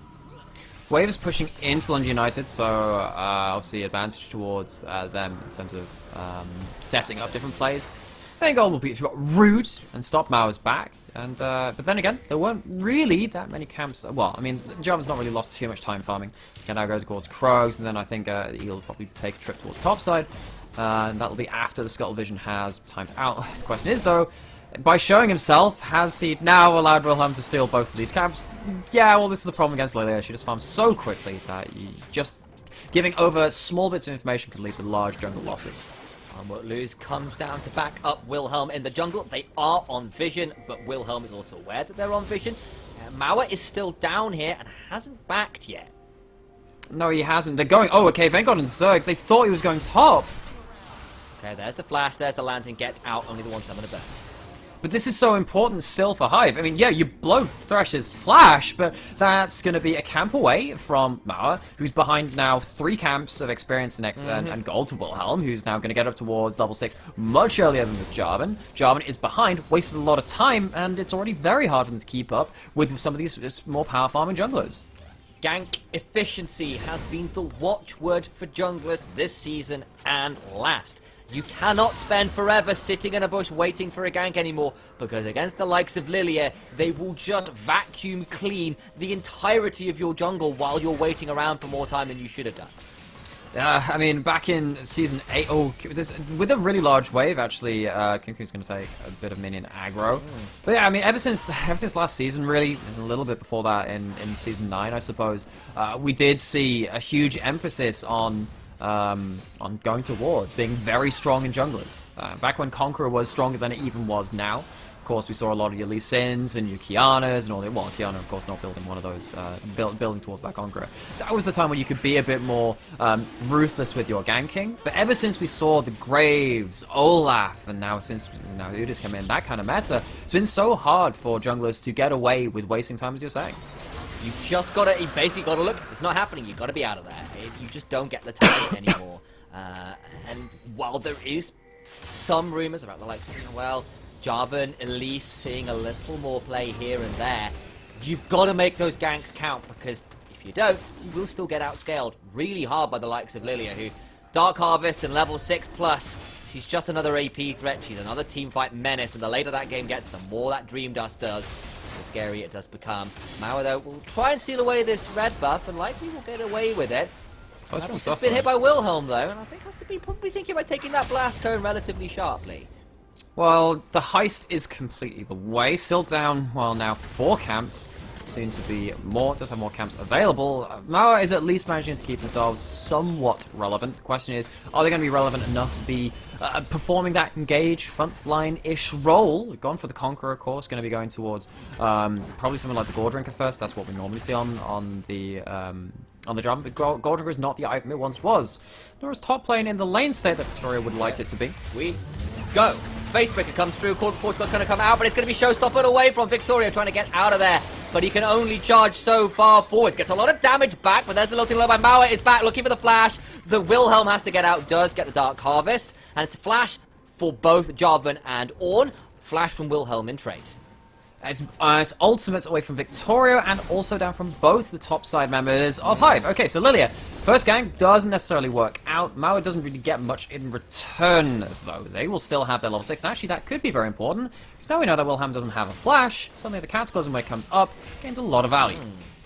That it does, but of course you've still got no flash on this Ornn, no ultimate on this Ornn, and maybe you could just look for a return gank once your own ultimates are up, because you still have that flash on set to make some more plays yet. Talking like Quickshot, gotta wait for that flash. Does that one look? I should really not do accents on that. That's probably not a good idea. I don't trust my South African accent that well, unfortunately, so we'll move on from that. I don't trust my regular voice, honestly, so gonna have enough of that. I guess we are looking, once again, kind of a lack of information and action across the board. Lilia's down bot side. We do have a somewhat of a gold lead over towards Hive. A lot of that's going to be in jungle. Tiny bit of that will be in mid 2 because of that 10 to 15 CS lead. But is this a lead which is big enough for Hive to overcome what I've called out to be that team comp difference? I don't think it is. Okay, we've got a big fight brewing bot side. No, but it's going to be a 3v3. Teleports arriving as well. Cuckoo in a lot of trouble, taken very low, but gets first blood anyway. Now the watch out Eve is onto Heathen. Mauer trying to escape, but there's so much damage. Vanguard looking for the Acathia Rain and won't lose. Gets Mauer and it's trading back. Victoria was teleported down, but remember there is no flash on that Ornn. Nice Guy Dom is looking around as well. There is a shockwave available. Look for it, but it's a double with the Haymaker. And they stick him in the dirt. Vanguard does at least get one. Sorry, Victoria, I apologize, gets one back at least. Okay, so it ends up being, what was that, 4 for 2, all things said and done? Yeah, because actually we hadn't had any kills before that. First blood over to Kumkum on the Ezreal, but the real winners are Vanguard and I'm One Lose, the artist formerly known as Rengis. Okay, so a Shockwave going to clear out this Cannon Wave in mid, even trying to get tempo, trying to get some plates. And Hive come out to early game lead. And the question is, again, will this be now enough to start dealing with London United when it comes to these first Dragon and Objective fights? Well, in terms of the broken skirmishes, seems like they're doing fine enough already. Sadly, Oriana, they're just out of range for the plates. But it doesn't matter. We've got ourselves a 1,500 gold lead at 10 minutes. Kills where they need to be. You got him on the set who's building for damage by the looks of it as well. That's no tank set in the top lane. Blade of the Rune King coming through sooner rather than later has the Conqueror build. Okay, Zerg, and I'm Vanguard on the bot side. Oh no, walked straight into it. There's the box. What is it with bot laners and face checking bushes today? My friend, Vanguard gets themselves Kumkum. Mauer is here though, and it's now 2v2 one more time. Heathen gets the root. They're trying to get in. Vanguard flashes away though. Not enough damage. The shields are there. Can't quite get it, and Flay buys space. Oh, Flay buys just enough space. It's disrespect from Kumkum, doesn't check the side brush. Zerg is already there. Tier 2 boots gets him back to lane. A death for the Ezreal compounds the issues of London United because you want this Ezreal to be strong. You want them to be at the point where they're poking out significant amounts of HP from the Kaiser, well, from everyone, let's be honest, on Hive, going into these team fights. But right now, he's just a sack of 300 gold for Hive. We've been talking about World of Warcraft, and we should have been talking about StarCraft because you shouldn't rush Zerg. He was in the bush and waiting and just threw us the hook out straight like that, and down goes Kumkum. Down goes Kumkum. Does have the Essence Reaver building up towards the tier, so likely to have that Manamune into Miramana second item. 0 mythics so far, but Ezreal's one of those champions who doesn't really give a damn about your mythic items. He chooses what he wants to build, and let's be honest, when the new items came out, who thought that Ezreal wouldn't find a way to abuse them? Indeed, who needs Trinity Force when you can build Essence Reaver into Dusk's Blade, or even not bother with a mythic at all with the right items? He is, of course, going to be very happy with the Essence Reaver, ready to get going. Hive did get the first Drake and might come and contest. They have to be a little bit wary as Wilhelm is getting jumped on, has no flash. It's got Cataclysm, goes golden. True Shot Barrage is there for invalidated, but Articuno gets the kill anyway. Decent shockwave by space for Nice Guy Dom. He's got shield, he's got heals, and Vanguard gets Mauer. It's a 1-for-1. It's a 1-for-1. Vanguard's still going forwards, but okay, hook lands. Oh, it's still going forward, and Vanguard is unstoppable. He gets that one. It's still a trade back. Support for support. Vanguard does take a very hefty trade from that Essence Flux. Hopping forward, trying to get something. The Killer Instinct gets time. And it's not quite there. Kumkum wins that one, and Vanguard is going to be so frustrated not to get that kill. We wait for the E cooldown. Is it going to be enough? Another auto? Hey, No! Here is the command attack. Nice Guy Dom cleans it up in favor of his AD carry, who is now 5-1-2, by the way. But does get shut down by Ezreal. If we flick over to the gold scores between these two AD carries, there's a slight gold, CS lead for the side of Kumkum. But with that shutdown, very even. A Nice Guy Dom in the middle of nowhere. Teleport from Articuno. That's one legendary Valkyrie. Make that an Articuno instead. And another man down. They're going to respawn and come straight back to Dragon. Wait. After everything's done, London United get the kill. Wait, did Set die? Did we see another kill happen on the top side of the map? Victoria used the ult. So did I won't lose at some point. Okay, so a real fracas across the map. Obviously don't have confirmation on that right now. A bit of a And now Vanguard potentially caught out in that mid side, but not going to be caught. Okay, trying to look for another Pokemon, but so brazen, shall we say, on the Kaiser. Okay, so gold, still about 1,500, but the Drake was secured by London United, and they did come out ahead in that skirmish just about because of where the resets came through, because of the pick onto Nice Guy Dom with the teleport from Articuno. Wilhelm, though, is not done being an obnoxious menace and is still invading onto this blue buff, looking to steal it away best they can. Looking to see whether they can jungle that tower aggro well enough. One final Blooming Blows plus a smite will do just that, and the blue buff is taken away. And Wilhelm continues his reign of cleaning, at least in the jungle.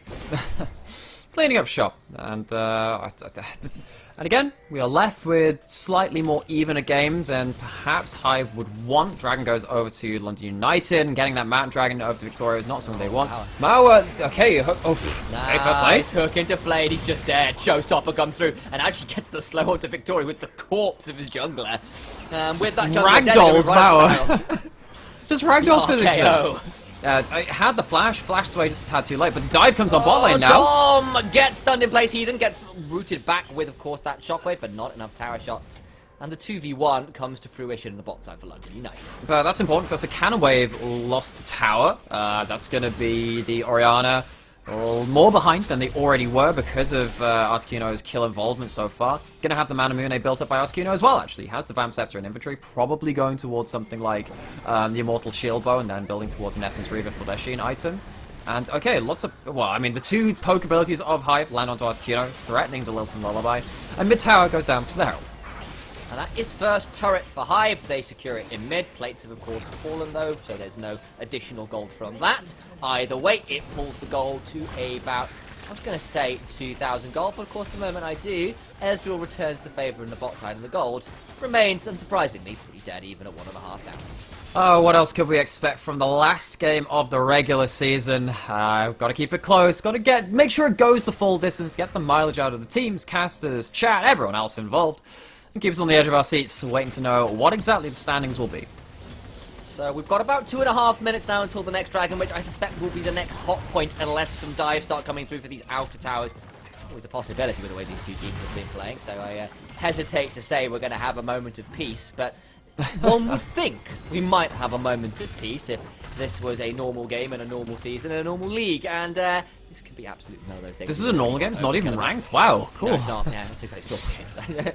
I should really start practicing Viego or something. The champions I haven't played yet. Still not played that, actually. Been meaning to. I've got the champion. Either way, I believe Viego might well be disabled right now with some bugs as well. So yeah, it's well, when you get infinite amounts of AP, things are probably not playable in that point. Look, I remember a conversation being had around Aphelios and his design, specifically in that at some point it was floated that Aphelios' power would wax and wane with the actual calendar. with moons, with actual IRL moon phases, which was a kind of interesting idea, which obviously the didn't thing go is, into like, game because that would have been really sure. weird. The thing is, what this doesn't say is that I know we both have a bit of a we've tangled a bit with game design ourselves, you know, coming from education backgrounds in that side. Like, there is something you said about, yeah, there will be a point in Blue Sky thinking where you just put out anything that comes into your mind. And that's an interesting thing, at least. I mean, I wouldn't implement it, and nor was it implemented. But you look at it and think, all right, yeah, innovative, could work with that. It is a certainly T-design thought, and you can kind of see the thinking. It's kind of cool, but it's certainly out there. And either way, I suppose the other way would have been to implement moons into Runeterra and have them wax and wane in-game, which would have been probably a little bit more complicated than it deserved. Obviously, with that champion not in here, we can probably move on from that, but it's a bit of a fun fact for you all. It's cool. We would have the Lunar New Year skins as well, or the Lunar level.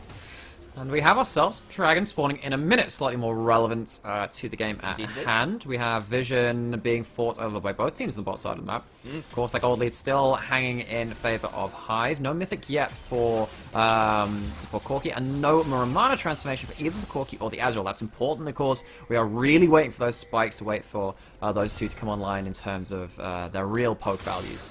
Something double tier trough. I feel like I've said this in seasons past. It's still sort of true right now, even if tier is a slightly less egregious item to have early on because it's a bit cheaper. And I won't lose. He's going to get jumped on into the Cataclysm, but just Showstopper's out of it. Now Mao is in so much trouble. Gets hit by the Acanthia right of the Haymaker. Does its work. The knockup, though, is still there. Victoria gets it turned around, trying to get in with that searing charge. Lilting Lullaby comes through. Vengol trying to throw out as much autos as they can. Trying to keep going. Sleep is on the bottom side of the fight. But on the bottom side of the fight, Nice Guy Dom is trying to get something back, but he gets landed away and survives. Has got the teleport as well. The flash? He has to flash the hook, and the rocket come through. and that is a big one and a big kill that gets onto the opposing support. Articuno uses Protect. Articuno uses Guillotine and executes the him. shockwave isn't enough! It was so close to finding everything. Nice die Dom was inches from getting Articuno there. Instead, he'll have to reset and look for the teleport back in, but the health bars. Vanguard could try and find stuff here. But no flash, no heal. And here is the teleport from Nice Guy Dom. They know they want this. This time they have the health bar advantage. It's a double teleport. Gosh! But the knockups knocks down Set again. RKO onto this non-tank. Set is far too quick. Mauer has respawned as well. And maybe, just maybe, we ain't done yet. When has it ever been done around these dragons, Nightmare? Alright, Hive got the health bar advantage. They have position around the dragon, but they do not have the man advantage right now. Teleport's coming in from behind. Thinking about collapsing onto it, though. Heathen looking for the hook. Dragon down to 1000 HP. Wilhelm secures it, but now Hive are trying to retreat. They are losing this fight. It's a shutdown onto Vanguard that goes the way of Articuno. Kum gets another, and London United get big gold even if they lose the dragon. They do. They even up the gold. A lot of it goes onto important members. You've got Muramana onto Corky. You have the Immortal Shield Bow. You have the damage. You've wasted most of the ults from Hive too. This is now a realistic opportunity. Hive may have just thrown the game away. This would put London United into playoffs. It would put them into 4th. This is for their playoff dreams, and they are looking to get it with a 20-minute Baron. Lilting Lullaby goes on to Mao, which buys time without the sleep, but Heathen is coming round to try and ward away this Lilia. I Won't Lose is here. Has not got Flash, though, and can't get in. Tries to Haymaker, and it's not enough. Mao secures the Baron, and London United find themselves finally with a gold advantage, and they can look to expand upon it with the Baron buff they just acquired. Decisive teleports. Well, from both teams, Hive go in first and say, alright, okay, you've used up most of your offensive potential in terms of your engage. Mao's already down, and maybe we can start playing around that. But I Won't Lose doesn't get to the Haymaker. It gets knocked up, gets CC'd for absolutely forever. It goes down. They're not building anything so tanky right now. They built towards the Blade of the Ruined King. Sure, you got a little bit of HP in inventory, just not nearly enough. And then London United flip the script once more. They lose the dragon, but yeah, losing a Cloud Dragon, I don't think they care about that. They get themselves the lion's share of the gold sitting in those neutral objectives. They get the Baron. The question is, can they push in for anything during this time, or will they just be wave clipped against it? And that was a fight that was literally on the knife's edge. Articuno flashing the hook to fire a rocket and get the kill in trade. Nice Guy Dom finding the shockwave over the wall to try and get something back as Kum takes 2/3 of his HP bar from a command, attack, and dissonance combined. And Articuno surviving the shockwave in that last fight was a big deal. I actually wonder if at that point you just commit the shockwave and you fly in with Vanguard. That feels like a missed opportunity from Hive. You get a kill onto the Ezreal there. Suddenly the Baron power play is going to be minuscule because you can't push in with that numbers disadvantage. Now as it stands, Kum gets to come back. Now they're going back towards this tower. It's probably going to fall. Did buy space, though. It might have stalled out the Baron somewhat. At the moment, they've only just found the first turret of this Baron player, with Wilhelm over this wall looking to throw his own poke out as Articuno just starting to land these fast bombs and rockets. Hit Nice Guy Dom in trade, of course, with that corrupting pot in inventory. Does still have some way to sustain himself right now. Set shoving in the top side. Victoria will roam up, and siege continues. London United. It does, and the collateral of this is Hive lost all their vision on the other enemy side of the map. Sure, they got one pink ward in bot side river, but they don't get to control the terrain now. They have to walk through. Looks like London United have kind of gifted a lot of that vision to them. They've decided not to contest it around them. Maybe they just think, alright, we don't have the tools to fight right now. I would say that they do on the other side. Nice Guy Dom, though, kind of pushing up in that mid lane. I wonder if there's a collapse coming at some point because of all these shifting members in these teams. Here comes Set. He's got a stride breaker in inventory completed. Will not look to try and use it to close the distance onto one of those isolated members of London United. All out turrets now done for London United, but they only really got 2 turrets from that. Not the biggest Baron power play it could have been. It only puts them up about 1,000 gold. This game is still anybody's to win. It is interesting item coming in from Ezreal. It's the Serpent's Fang coming in. It has been changed in the last couple of patches. I believe what it does now is it kind of it halves the shield amounts that let's have a look. See, so basically it used to just reave through shields, do extra damage to you. Now I'm pretty sure it gives you only half of the shield value were you to be shielded after being damaged by that item, or if you have a shield on you currently, it also shreds that for half of its amount. It doesn't necessarily give you the extra damage in terms of like the old Kaiser Q interaction or whatever, but it's still an important item, particularly when you do have stuff like the Haymaker, the Lantern, and of course the Command Protect coming through.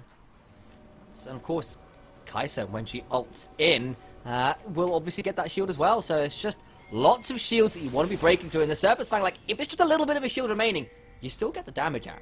So at that point, you can just shred the HP underneath it with that additional damage you get from it. Which is partly why a lot of people have been saying, this item probably being slept on a little bit. You might want to start thinking about putting it into your build a little bit more freely. Ezreal has gone for it third. He has skipped out on a Mythic. It will be the Mythic plus build that has It's also been kind less of around CDR. and about.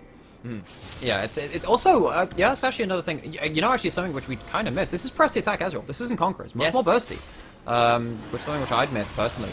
So, I mean, well, the damage has come through, right? And having the damage amp for people like your Corki, who is scaling like a beast right now, is going to be very important. Ornn is coming through with items, so London United not only ahead in gold, they're kind of artificially even further ahead in gold because of these Ornn items coming through. It's not shown in the gold, but having those extra stats onto the upgraded Gore Drinker and, well, no, I think it's just the upgraded, the Rime Frost. It is a Rime Forged Grasp. Rime Forged. It will be a Ceaseless Hunger is what the Gore Blood Drinker Ward turns into. And of course, Blood Ward is indeed what I believe. Actually, we're going to talk about this a bit later. There's a bit of a scuffle going on right now. We'll talk about old items in a moment or two. Mauer going to get a bit of a knock up with the assistance of Victoria, and down goes Zerg, taken out. The Cataclysm comes through. Wilhelm tries to get in the backline, but goes down as well. Articuno dominating, shut down percentage. One by one, they fall. One by one, they're all dying. It's just Nice Guy Dom remaining. And just like that, London United find a massive fight in the opponent's jungle. London United just trying so hard to get themselves into that 4th place position with 4 people dead from Hive and only a Shockwave to defend the Nexus. This is a key moment in this game. I don't think his Nexus tower is going to fall. It's certainly an inhibitor. London United are inches away from securing 4th.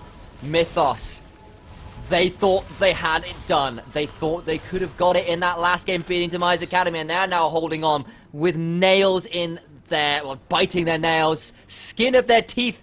If London could lose this game, they're in. If they lose, they're in 7th. That is what is going on right now. We're going to get a tiebreaker either way.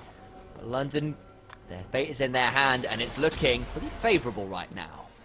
It is, and a lot of this comes from a lot of the woes which Hive have had before. I mean, how do you close down the Ezreal? How do you close down the Corki? They're online. This is not a large enough... Well, they didn't have a large enough lead against the Ezreal in the early game. They almost had it with Vanguard. They just lost that one key fight, gave over the Baron, and it's been so difficult from that point. Flash hook in, there's no flash to be returned. The Dredge Light comes through and it drags down Lilia. In comes the Cataclysm as well. There's no Call of the Forge God quite yet, but here it comes to follow up. 2 dead already. It's a big shockwave at the back end of it all. But the shields are there. Vanguard's still alive for now. But no HP. They flash. They don't quite find it. But the Brittle Proc's almost there. Bellows Breath can't quite do it. Kukum hops forward to get the kill anyway. And Vanguard falls down. I won't lose trying to get Victoria at least. But the Brittle Proc damage allows Articuno to go legendary in this one. 21 kills to 10. It's a second barrel on the table. And London United, they are looking down a 4th place playoff berth. So close, it's within touching distance. We still have a tiebreaker for some other seeds, but London United will not care at all about that. It wouldn't concern them. They would be home and free. Victoria survives with the slimmest of HP margins in that fight, and Hive just cannot shut down this backline. They can hardly cut through the front line. Didn't kill a single member of London United, and they are united in victory right now. You just have to close down that Nexus. Vanguard might now be at 101 kills in this split, but they'll need 101 more, it feels like, in this game if they want to take down London United. They're down 6,000 gold. We've talked about the team comp differences, and look where those differences are. Corki and Ezreal are monstrously fed in this game. and they're backed up by such a bulwark in front of them. Victorio, forever been this premier Ornn player, knows how to play the matchup, getting value out of these team fights. And Mauer on the Jarvan, playing this pseudo-engage with also the attack speed buff for his carries, has been instrumental in their own right. Hive had that early jungle matchup of the Lily going well for them. It's just not ended up leading to that damage advantage that they need. And like we said, these carries are now online. Hive struggling to hold things together. They are struggling to hold things together, and at the moment it feels like a shoestring that's holding them in this game right now. They've got maybe one last fight in them, if that. A Before godlike this shockwave game is is what you're done. looking for. They You need to the win wombo. this now. You need the wombo. The hooks aren't landing, there's the Baron buff still on, and you still have to get through the Ornn. If you procs the W at the right time, there's almost no one team fight left for Hive. Trying to close down Articuno, but I'm gonna lose, just can't shut down that Corki either, because of course you've got to get past that Valkyrie, and he already has so much damage to turn around onto you. We said it could be difficult to get through, so well, maybe Set could just bulldoze through. He's not tank Set. He just gets in trouble trying to go forwards, and now instead Articuno says, I'll just jump onto you instead. Yeah, he's How's definitely that not feel? tank set. Yeah, and that is part of the problem. He gets blown up every time he tries to look for an engage. Top lane inhibitor turret falls. The inhibitor behind it now under siege. Hook misses one more time. And inhibitor number 2 falls. Articuno is sieging the final inhibitor remaining in the bot lane. It's down to half hit points. And we need to see something. Something from Hive Central, or they are about to fall down in relatively quick fashion here. They're going down 3 inhibitors, and instead London United find the engage. Out comes I Won't Lose, but his name feels a little bit inappropriate in this one. They trade back, though. That is Articuno dead, but Wilhelm dies in the backline anyway. It is a 3-for-1 right now, and Kum is still alive, and Vayne got Nice Guy Dom. He died something. The Shockwave is good, but look at Victorio. He's got Nice Guy Dom on the ropes. They can't kill this Ornn. The Forge God stands tall, and he is a bulwark to end them all. Vayne God desperately trying to put out the damage they can, but it's a Nexus exposed. And London United will sign themselves into 4th place in the UKEL Spring Split 2021 playoffs. The death of the split is life for London United, securing that 4th place berth and getting themselves into the upper bracket in the UKEL playoffs. On the other side, I mean, you look at Hive, they're stuck in 3rd, and you say, okay, well, we had ourselves a good run in this regular split, but now you're looking at the 4th place seed who just beat you heading into playoffs. Maybe you need to be a bit worried now. Heck, I mean, we see Vayne God coming out of this game, having 6 kills, getting up to that 102 kill mark during the regular season. Massive performances across this split from multiple members of this team, but if their current form is going to be indicative of how they perform in playoffs, they need to be worried now. And London United, they could have been 7th. Instead, they are 4th, all off of 1 game. And Mythos, because of their head-to-heads, now fall out of playoffs. They are going to be left in 7th, unfortunately for them. They took down Demise Academy. They thought they still had it in them, and with this result, they are now sadly locked out of playoffs. We're left with one final game, which will be Lucendi versus Nerd Rage. A tiebreaker to decide 5th and 6th. I don't know when that's going to be played. I'm sure production will give me a heads up on when that is at some point. But that's the last game we have before we're into playoffs. And Demise Academy first, Viperio 2nd, Hive 3rd, London United 4th. What a top 4, my friend.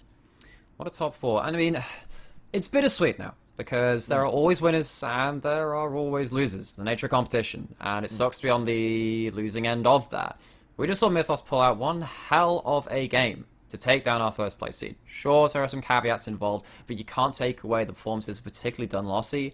And Dunlossie across this whole split, I mean, needs to have some recognition thrown their way. A number of players do. Heck, Munster Rugby now down at 8th after, almost completing their miracle run and having, Goose, Caverman, and a whole number of players on those teams which deserve recognition. It's a good sign for the UK scene that we do have this competition. Things get so close, that we do get this entertainment, because it's good for you, it's good for us as cast, it's good for everyone. But it does mean that we do have to say goodbye to a couple of teams and exalt a few others in playoffs. Okay. Last thing to keep in mind as well is let's turn our eyes back to London United, the victors in this game. They've done it. They secured playoffs. It was a binary result. You're in and you're at the best spot you could have hoped for, or you're out. They end up with 4th. They're feeling so happy, my friend. And I suppose at this point we've got to ask, who's the MVP for this game? Who is the MVP for this game? I think it has to go to Articuno on the Corki in the mid lane. Not always the most flashy of champions, but dodging out on hooks, turning around for the extra kill, that is flashy as you like. Was so hard to shut down. Was the massive brunt, the load-bearing weight of this team to say, yeah, I'm going to do the damage. I think the second choice for me would probably end up being Victoria on the Ornn. Superb play out of the tank then. That is why it is so difficult to give it so handedly to it, right? But I think particularly from that mid lane, this Corki was the correct pick. It was played more than just correctly, it was played excellently. And I think that London United will be very, very happy with their mid laner's performance. Yeah, and great recovery, especially after the early game. Got a little bit dicey with a few kills that went the wrong way. Bot lane looked a bit off when Vanguard gets up to those 5 kills. Oh, so early, but turn around, the team comp, range discrepancy, getting that team fight into the Baron at the 20-minute mark really got them back into the game. Or not got them back into the game, it won them the game in the end as well. But that does mean, at least for now, still some decisions to be made behind the scenes, it turns out, about the tiebreaker, so I'm sure that will be announced later. But for us, Nymera and Initialize over here on the cast test, to the production crew, and for the rest of the UKEL scene, we wish you good day. We might see you for a tiebreaker pretty soon. Till then, see you around.